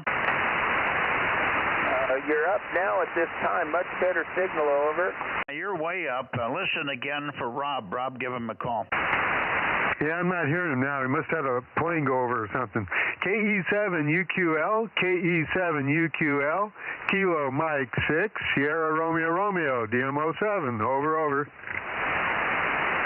Did it come up for Rob that time, Daniel? Oh, he's very light. Very light, over. Okay, very light. Well, make a transmission, give him a call. Maybe you guys will get an upfade and can make a contact here. Go ahead, Daniel. Yeah, I heard him that time.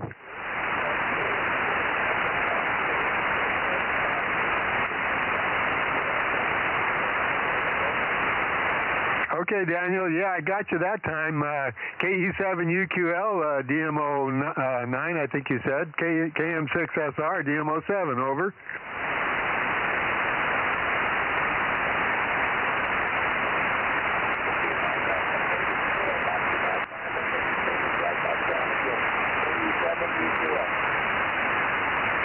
Okay. Interesting. When you're coming up for me, you're going down for Rob. Well, you were out completely on that one for me. I couldn't hear your exchange at all. 73s, Daniel. I think you guys made contact, right, Rob? Well, yeah, sort of. I heard him. I don't know if he heard me, over. Yeah, he got you. Okay. Thanks, Daniel. 73s, we'll see you Sunday, hopefully on 2 meters, Daniel. KE7UQL, K6MYC with KM6SRR, 73. Roger, 73, KE7UQL, good night. Yeah, real loud now. Boy, it's up and down tonight, isn't it?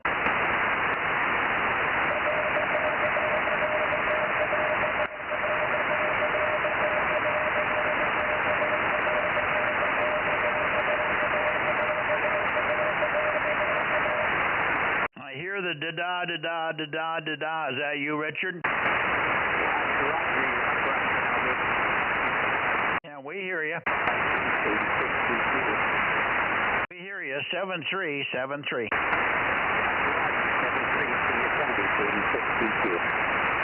Well, yeah. Have you sent the amplifier down yet? Have you sent the amplifier down for repair yet? Over. Negative. I haven't pulled it out. Well, pull her out and get her down here so we can have a look at it. We need to get more power from you, so then you'd be Q5 all the time. Over. Okay. Take care. 73 K6MYC. And Rob, anything else we have to do here? Thanks, Mike. 73. No, I'm trying to get them put in there. I was having trouble with my phone, so I might have missed a couple, but in the Bay Area, I think. Was Jim PQL on? Yeah, PQL was here. Mike was here. KB6 Whiskey Foxtrot Charlie 775 was here. Oliver was here. 900 KB6BA. WA6AXX 773. I did not hear Jim, WB6JNN. He was here every other night, but not tonight. And we had Fred, KD6SOK. 507 and KW6S 610. Okay, yeah, I got them all except for 775, so I'll add him in there. And then Russ was in here, 199 K6ERF. Yeah, I actually heard him pretty good tonight, over. Yeah, good.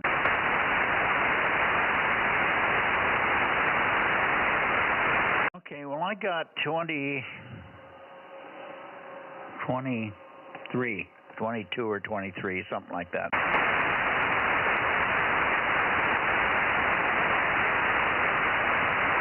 Yeah, well, I haven't put myself in. Yeah, I have 23.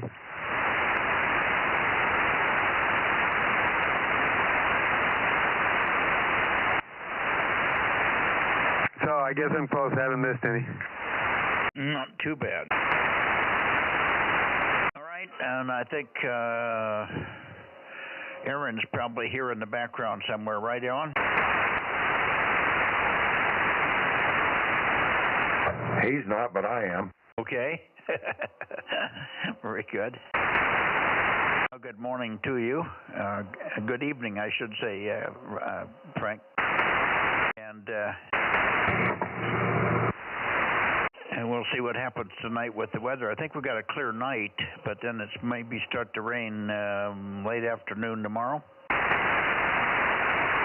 Yeah, roger that. I had that up a while ago and then I forgot it. But while that's coming back up, I just give you a report here. Like Nevada, I was hearing both guys. And Sacramento, pretty good. Most of the guys in the Bay Area, all the way around. I didn't hear everybody, but I heard most everybody at least a little bit. And even the guy that you went vertical for, I didn't hear anything he was really saying, but I was hearing him. I was hearing his voice in there. So this antenna seems to be working, and I am thinking about getting out. I've got like a 125-foot piece of 7/8 here that was slated for something else later, but I'm thinking about running that up the hill and trying to move maybe just the 1296 or something up the hill as an experiment, get some elevation and see what happens. Over. Yeah, very good. Well, you're doing well on 432, and you've got the square boom thing. Yeah, that's the 16-element square boom, and it's up pretty close to 50 feet, probably 48 feet. Over. Yeah, roger. Okay, well, it's doing well. I think when you get something up there that's serious, you're going to be fine. Yeah, my biggest thing is I want to be better on 1296. I seem to have bigger holes in the pattern with 1296. And when I say holes in the pattern, I mean, you know, like for example, Santa Cruz, those guys over there, I hear good. And then sometimes I hear PQL, sometimes I just can't hear him at all. Get up N6RO, no problem. And so there's some spots I hear real good, but there's parts of the Bay Area that just seem to be blacked out to me on that band. Well, they're all different, I can tell you. Nobody except Ed, AXX, comes in solid consistently. KT2G does on 1296, but 10 watts. He doesn't have a lot of steam, and it may be only me that he's getting to, but it's very consistent when he's on. But Ed is always strong, and he's clearly the strongest one out of the Bay Area because of his location. Over. Yeah, roger that. Well, anyways, the guy you're talking about, no, I actually hear him because I was hearing him the other night, and then you guys had part of your conversation. You confirmed that he was only running 10 watts, and I was like, well, I'm hearing him pretty good with his 10 watts. So that was one of the stations, one of the areas I could hear. Over. Yeah, well, that's just the back half of a 23CM22. That's a 13-element thing I made. One, the other one that Kerry has one. He's got one, and there's one more somewhere. Yeah, roger that. Well, you know, so we know my antennas are working and whatnot. It's just that's why I'm thinking get some more elevation. If I get another 50 feet on these things, see if that changes the whole scheme, because that's also telling me a story for the future of how I want to do stuff here. How much do I want to do at this pad level, or do I want to just forego anything here and just work on getting stuff up the hill, so on and so forth. So it's something I kind of need to know for my own thinking for the future. I need to get something up this hill somewhere just as an experiment. Sure. Yeah, no, I understand. And 432 or 1296 probably the two best choices. Yeah, if it wasn't for the fact that, you know, the run of the feed line, I'd put them both up there. But for right now, I just want to run one feed line, because ultimately, if I'm putting something up there, well, like the 432 was going up there, it'd have to go on one of the big 1 5/8 ones that's a couple hundred feet long. but right now I'm short a few ends for that stuff. But not to worry, it's all an experiment. All right, I'm going to let you go. Good night, everybody. Thanks, Rob, for all your help, and thanks for doing the net, Mike. K6NYC in the group, W6BBS. Hey, Frank, got a question for you. Well, I'll make up a good answer, Rob. You'll like it. That's what I figured. That's why I like talking to you. Hey, on this rich controller here, I got my cables from the panels down here in the shack. I thought I read something on the controller where there's a certain order you have to hook it up, and then you have to tell it that you've got a LiPo battery. So do you hook the battery up to it first and then program it, or do you hook the panels up, then the battery and program it, or program it first? Over. Here's what I would do. I'd hook the battery up and go ahead and program it for lithium, and the lithium will be Li. It's kind of hard to see. It's just little bitty. They're little bitty icons there. It's hard to see on the main screen. But anyways, yeah, just go ahead and hook the battery up. That's perfectly safe. Power the thing up, and of course, it'll power up as soon as you hook the battery up. And you can go through all the menus and get a little bit familiar with it and whatnot, but set it up for lithium batteries. And then with your, your connectors out there, where you unplug your connector from one of the panels so there's nothing's hot there, and go ahead and mount your wires in the bottom of the controller where they go, and then just simply walk out and plug your connector in, and you're online, buddy. Okay, that's the way you do it then. All right. Yeah, I've got them all plugged in and down here into the shack, so I got to go up and undo one of them. I was barely able to make the positive one to stretch to each other, so I think I probably need to get a little short whip or something for that one and extend it. That won't make any difference, I don't think, on the transmission at all, will it? Negative. Do you have any number 10 wire there? Oh, yeah, I got 10 wire. Okay, for the moment, it's not ideal because it's not UV protected as well and all that as the solar wire. But you could just take a couple of your connectors there, because I'm sure you got that kit already, and just use a piece of number 10 and make you a short jumper to extend that, so you're not just stretching things out and pulling on things, and make it comfortable for your routing and whatnot. I've got runs that are running through flat number 8 well wire, 2 runs running through a bunch of that. Then I've got the old twisted pair well cable, some number 4, and there's some of mine's run through that. And then as it happens, I've made all of my jumpers out of solar wire because I got a couple 100 feet of it. Over. Yeah, I was wondering if I need to get some bulk solar wire. At this point, I don't know if I'd be using it, but probably down the road. Over. Yeah, well, I'll tell you what, you can work yourself into owing me big favors. And how long of a piece do you need, and what color? That's okay. I don't want to get indebted with big favors. It'll bite me in the butt. I appreciate it. No, I can make up something temporary. I ordered some short jumpers to hook into the solar panel to have. The only way I could get them is with a ring terminal on them, but I'll cut the ring terminal off and take the wire and just put the wire under the controller screws. Over. I don't understand that. Say that again, please. I ordered some little pigtail of the, what's the NM4 or whatever these connectors are called on one end, and the other end has ring terminals on it. It's a little 18-inch jumper or something like that. So I'll just cut off the ring terminals, and then I'll have bare wire that I can just stick underneath the lugs on the controller. Over. Okay, exactly. The way you said it, the way my brain heard it, was that you put ring terminals on, and now you can't get it in the controller, because I knew the controller just takes a little stripped off section there, and it can be a fairly long section. You strip about a ½ inch off of that, and it'll go right up in there. And the other trick on that, there's because you don't really see up in there real well where you're sticking the wires, you want to go ahead and unscrew your screw for each of those lugs all the way to open that jaw all the way up. Otherwise, you have the tendency to go behind it with your wire when you plug it in, and then you tighten it down and you miss the wire. So I just open mine all the way up, automatically stick my wire in, and then go from there. Over. Yeah, that's just like a breaker on a regular panel. Sometimes certain breakers, if you're not careful, you stick it underneath and you're clamping on nothing. So I get that. Yeah, I'll do that. Over. Okay, very good. Sounds like you got it under control. Just the main thing is just, you know, have your panels unplugged while you hook up the wire. You don't want to hook them up hot because you know they will be hot, and you don't want to arc to something and it's just not good for the controller to, you know, that intermittent zzz or whatever. So and be safe that way. But other than that, you got it handled, buddy.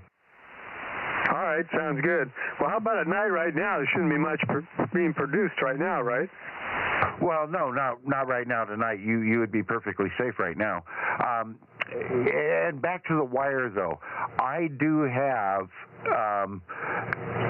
Well, in fact, I've got a jumper. I don't want to give you that, but I have quite a bit of that wire here, and so if you needed 3 foot or something, I would just give you the wire so you didn't have to buy a 100-foot roll or something, because you don't want to just, you know, I don't know. It's up to you, but you know, until you're ready to do something bigger and more, you know, buy what you need when you decide what you're going to do, so you don't buy any of the wrong stuff along the way.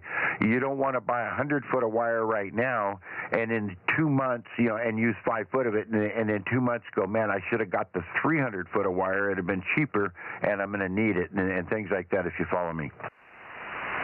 Yeah, that's what I was wondering about too. So, okay, I'll figure something out here.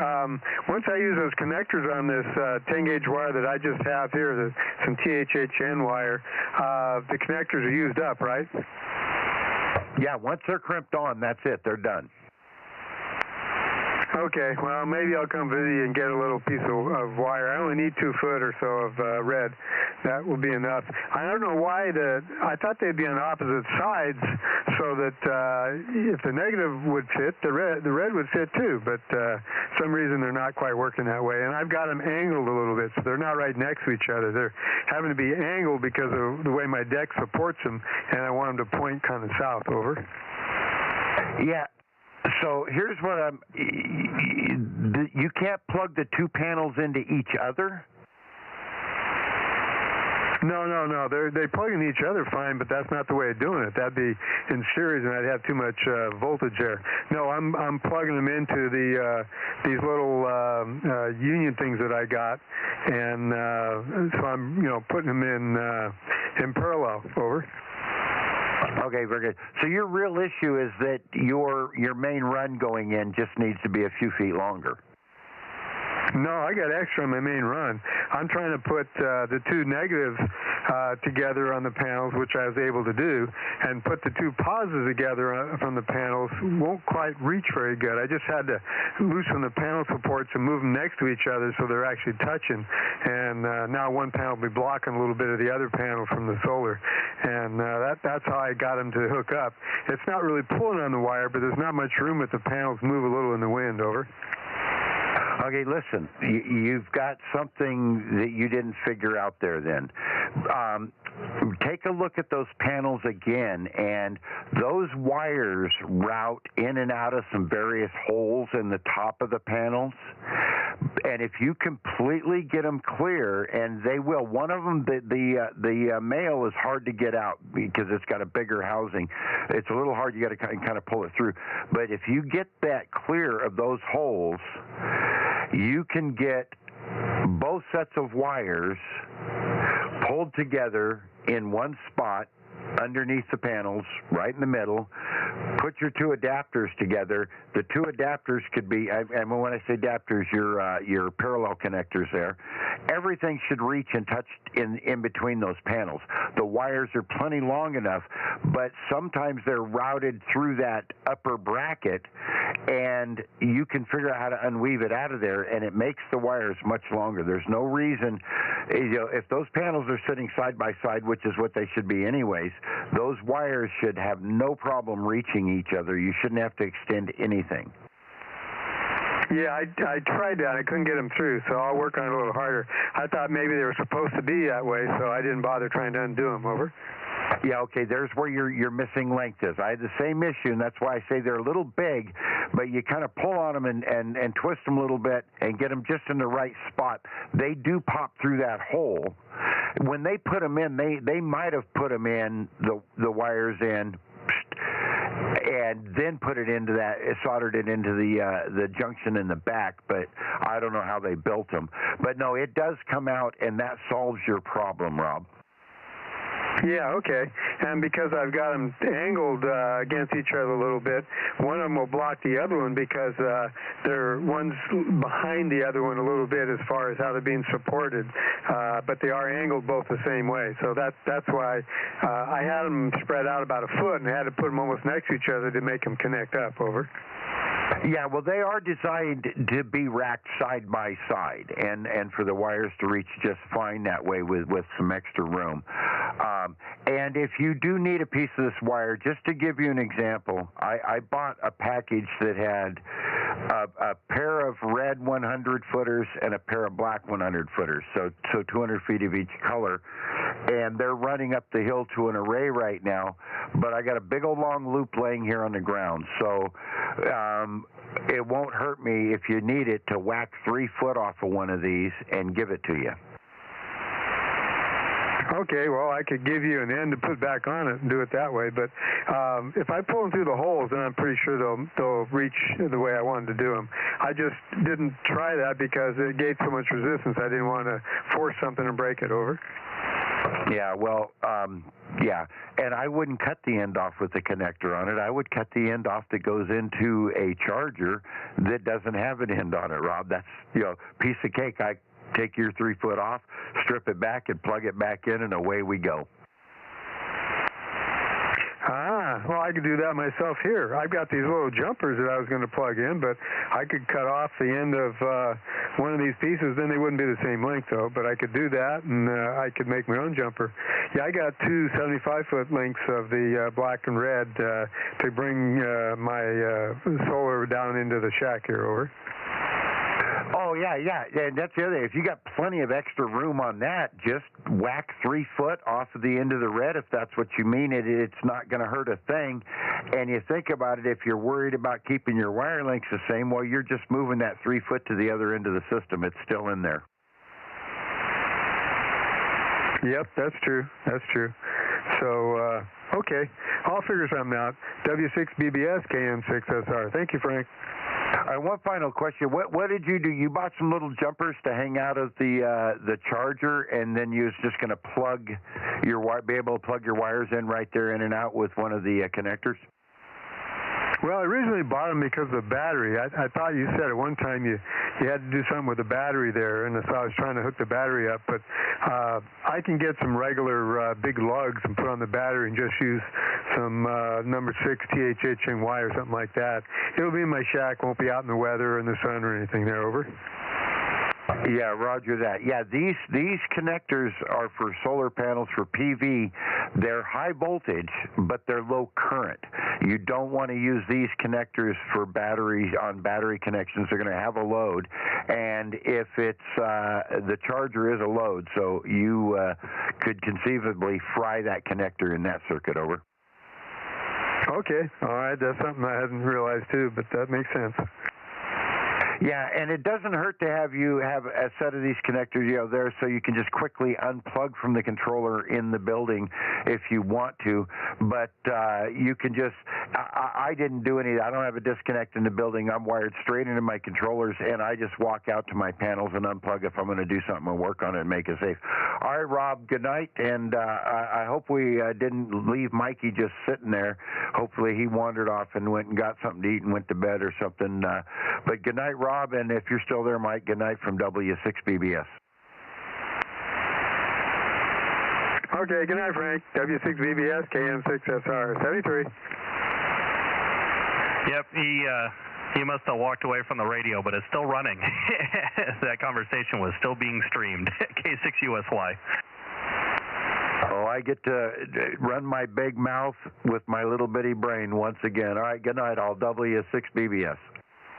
Yeah, good night, Frank. Oh, wait a minute. I got something to tell you. I'm going to send you a text right now, okay? But this information, just keep to yourself, because you'll understand. This is just in case that controller crashes again. You don't necessarily have to put anything in. If you completely close that window that's in and reopen it again, it usually pops back out with the login information. But just in case it doesn't, the name is his name, capital Mike, capital Stahl, capital M-I-K-E, and I will send you the password right now. Okay. Yeah, so I don't know if I told you last night. So the reason why Chrome wasn't auto-filling the password is the company running this website forgot to renew their HTTPS certificate, and nope, it just got they fixed it. Okay, hold on, let me relaunch the window here. Yeah, last night when I was looking at it, I'm like, oh, well, their certificate expired. So I'm sure enough people complained, and yep, now it's auto-filling it again. So yeah, it was just because the certificate failed, and so Chrome was just being secure. Well, let me tell you what I did when I got there. I just walked over and went to log in, and I thought I had used a different name for him. And so and what I mean by that, I thought I used K6MYC Mike is what I thought I'd put in that, in for the name, and I put that in and it didn't work. And I said, oh, man. So I said, I probably lost all my autofill, but I just closed it and reopened it. And that window, not even the whole browser, I left your Bozo Net page alone, part of it alone, restarted it. And when it was blank, but as soon as I tapped on put the mouse on his name, it popped up the autofill from in his computer there and said, do you want to use this particular Mike Stahl? And I clicked on it and boom, it worked. But anyways, there's the password for it now if you need it, so you can get in there. And I forgot to take the information and transfer it to my phone. I forward your email. And so I was down there today and didn't get a chance to do the rest of automating his other computer. But I'm going to get to that, probably not till Monday because we're probably not going to see him. But anyways, there you go. You're hooked up if that happens again so that you can restart that. K6QSYW6BBS. Yep, sounds good. Yeah, and I'm glad they fixed their certificate on there. So I'm actually kind of surprised it'll let you put a space in the username, but hey, it works. Yeah, well, that login is actually for EG4 Electronics, and that's in China. So I would think that they could use any password format they wanted. Why would Google stop them?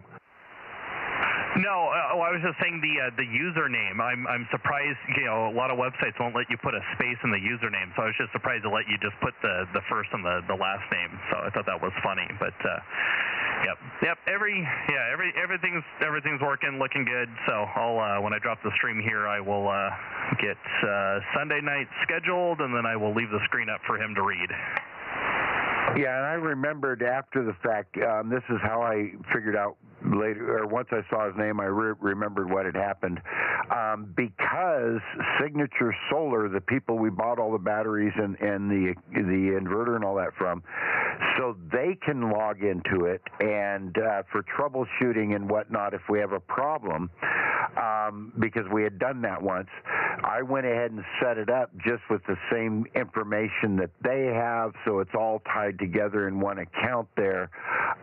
It just, this particular app has the password that I sent to you, not the more complicated stuff that we use for the more important things that have credit cards attached and stuff like that. So, and I ended up remembering that. So that's another reason why it's just his name, because that's in with Signature Solar and everything else involved. Over.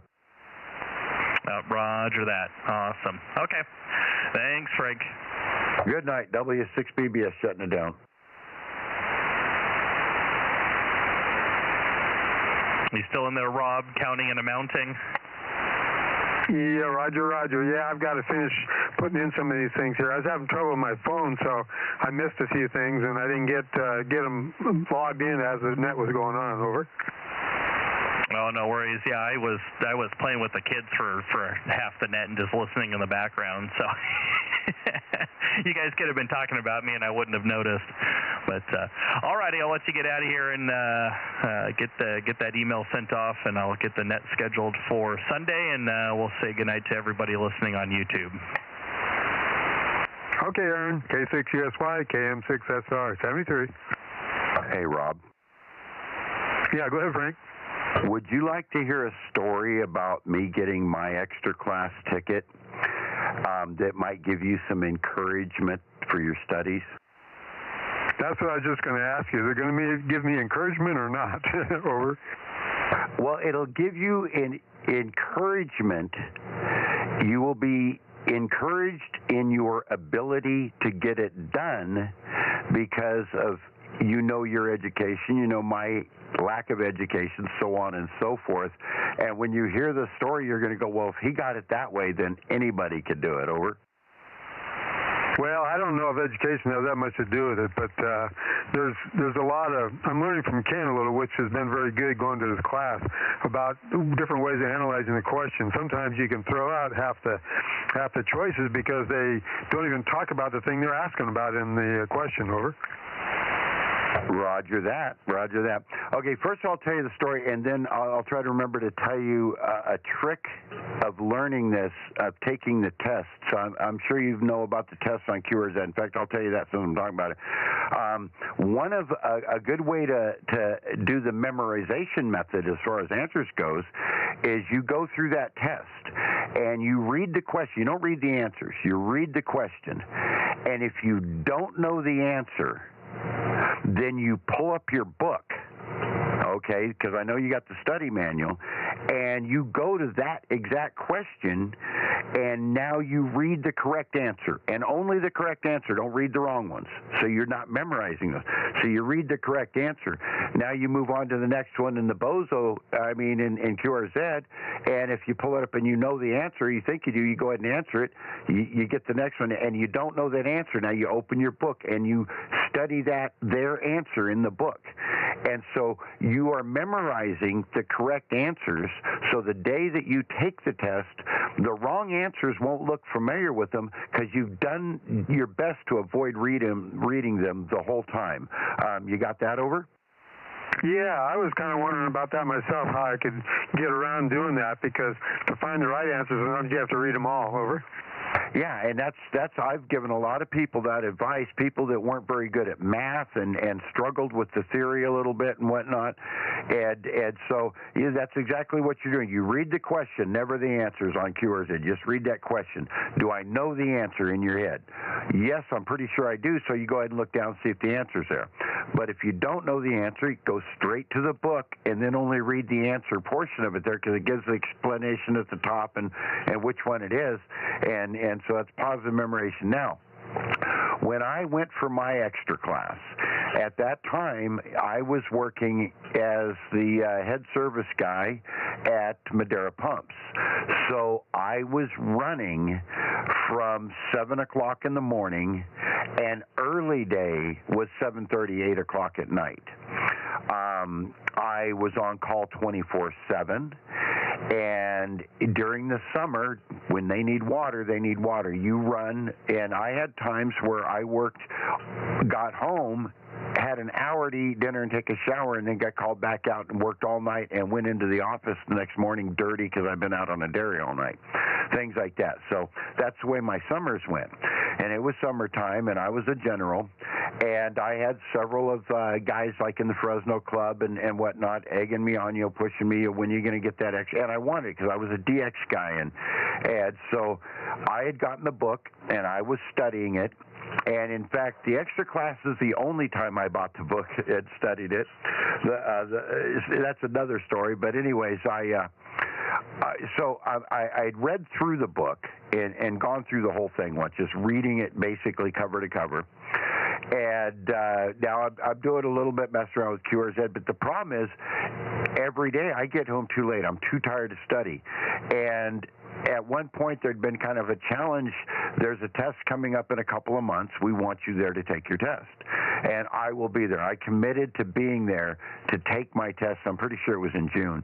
And so we're getting closer and closer to test date. Well, that weekend, test weekend, I had off.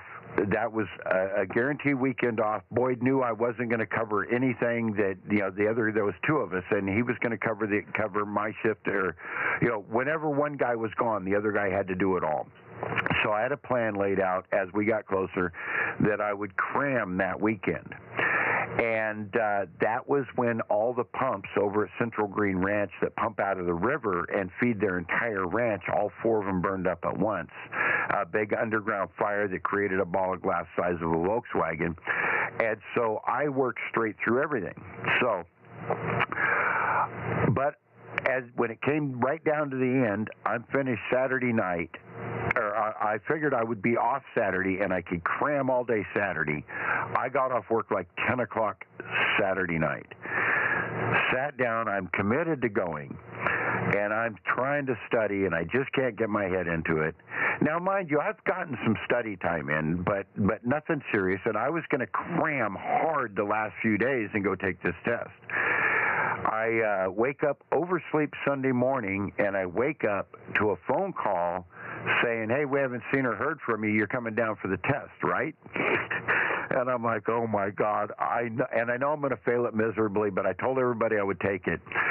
So I go down, 30 people in the room, all the VEs up at the front table, and I sit down and I take this test. And my mind was absolutely mush. I hadn't slept hardly at all in a week or anything else. But I muddled my way through the test, knowing that I failed miserably, but who cares? I at least did it. I walked up and handed it to John, and that was John, W6JWK. And he sat there and he graded my test, and he passed it off to John, W6DPD on his right. And he's looking at me. We just kind of make eye contact. And, of course, until everybody's graded it, nothing's official or anything. But right in the middle of his chest, a thumb pops up. And I cannot believe it. I just absolutely cannot believe it. But I passed that test after a week like that and a summer like that, and only 10% of the study time that I intended. And I still went down and passed the test, Rob.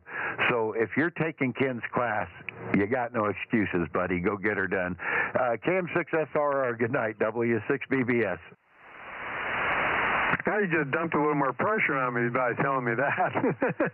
Okay, I appreciate the help there. Thank you. W6BBS, KM6SR. 73, Frank. 73. And Rob, if there are ways and people online that have copies of the question pool, and they've gone through and meticulously deleted out the wrong answers. So if you just want to read the right answers and the questions, there's people out there that have already done the work for you. Okay, that's interesting. Yeah, sometimes when I read all the answers and get the choices, then I get those other things in my head, and then you don't really focus on the right answer so much. So I was trying to figure out how I was going to get around that. Over. Well, what I've started doing is I downloaded the entire question pool from the ARRL website, and I'm going through, and as I complete a section, I go through the question pool, and I've purposely hidden where it tells you what the right answer is. And I go through and I highlight the key parts of the right answer. Not the entire right answer, just the key parts, and that's what I memorize. I don't memorize the entire right answer. I just memorize enough of the right answer to identify which one's the correct one. Ah, that's interesting. Maybe I'll work on that too. All right, you guys are giving me some stuff to think about. Thanks. K6USY, KM6SR.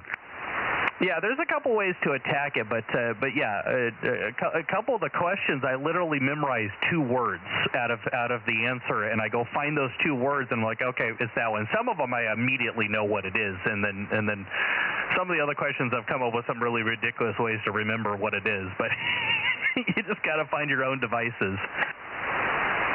Yeah, there's one there where you do all kinds of crazy trigonometric functions on the answer, and that's one I'll probably have to strictly just memorize over. Yeah, and if you get lucky, you won't even get that question on the test. I was looking at it. There's one of the sections on safety at the very end of the pool. There's like 11 safety questions. They only ask you 1 safety question on the entire test out of those 11 questions. So some of the sections are weighted heavier than others. So you'll see what happens. All righty, Rob. We'll catch you later. K6USY DMO6. Okay, good night, Aaron. K6USY, KM6SR, 73.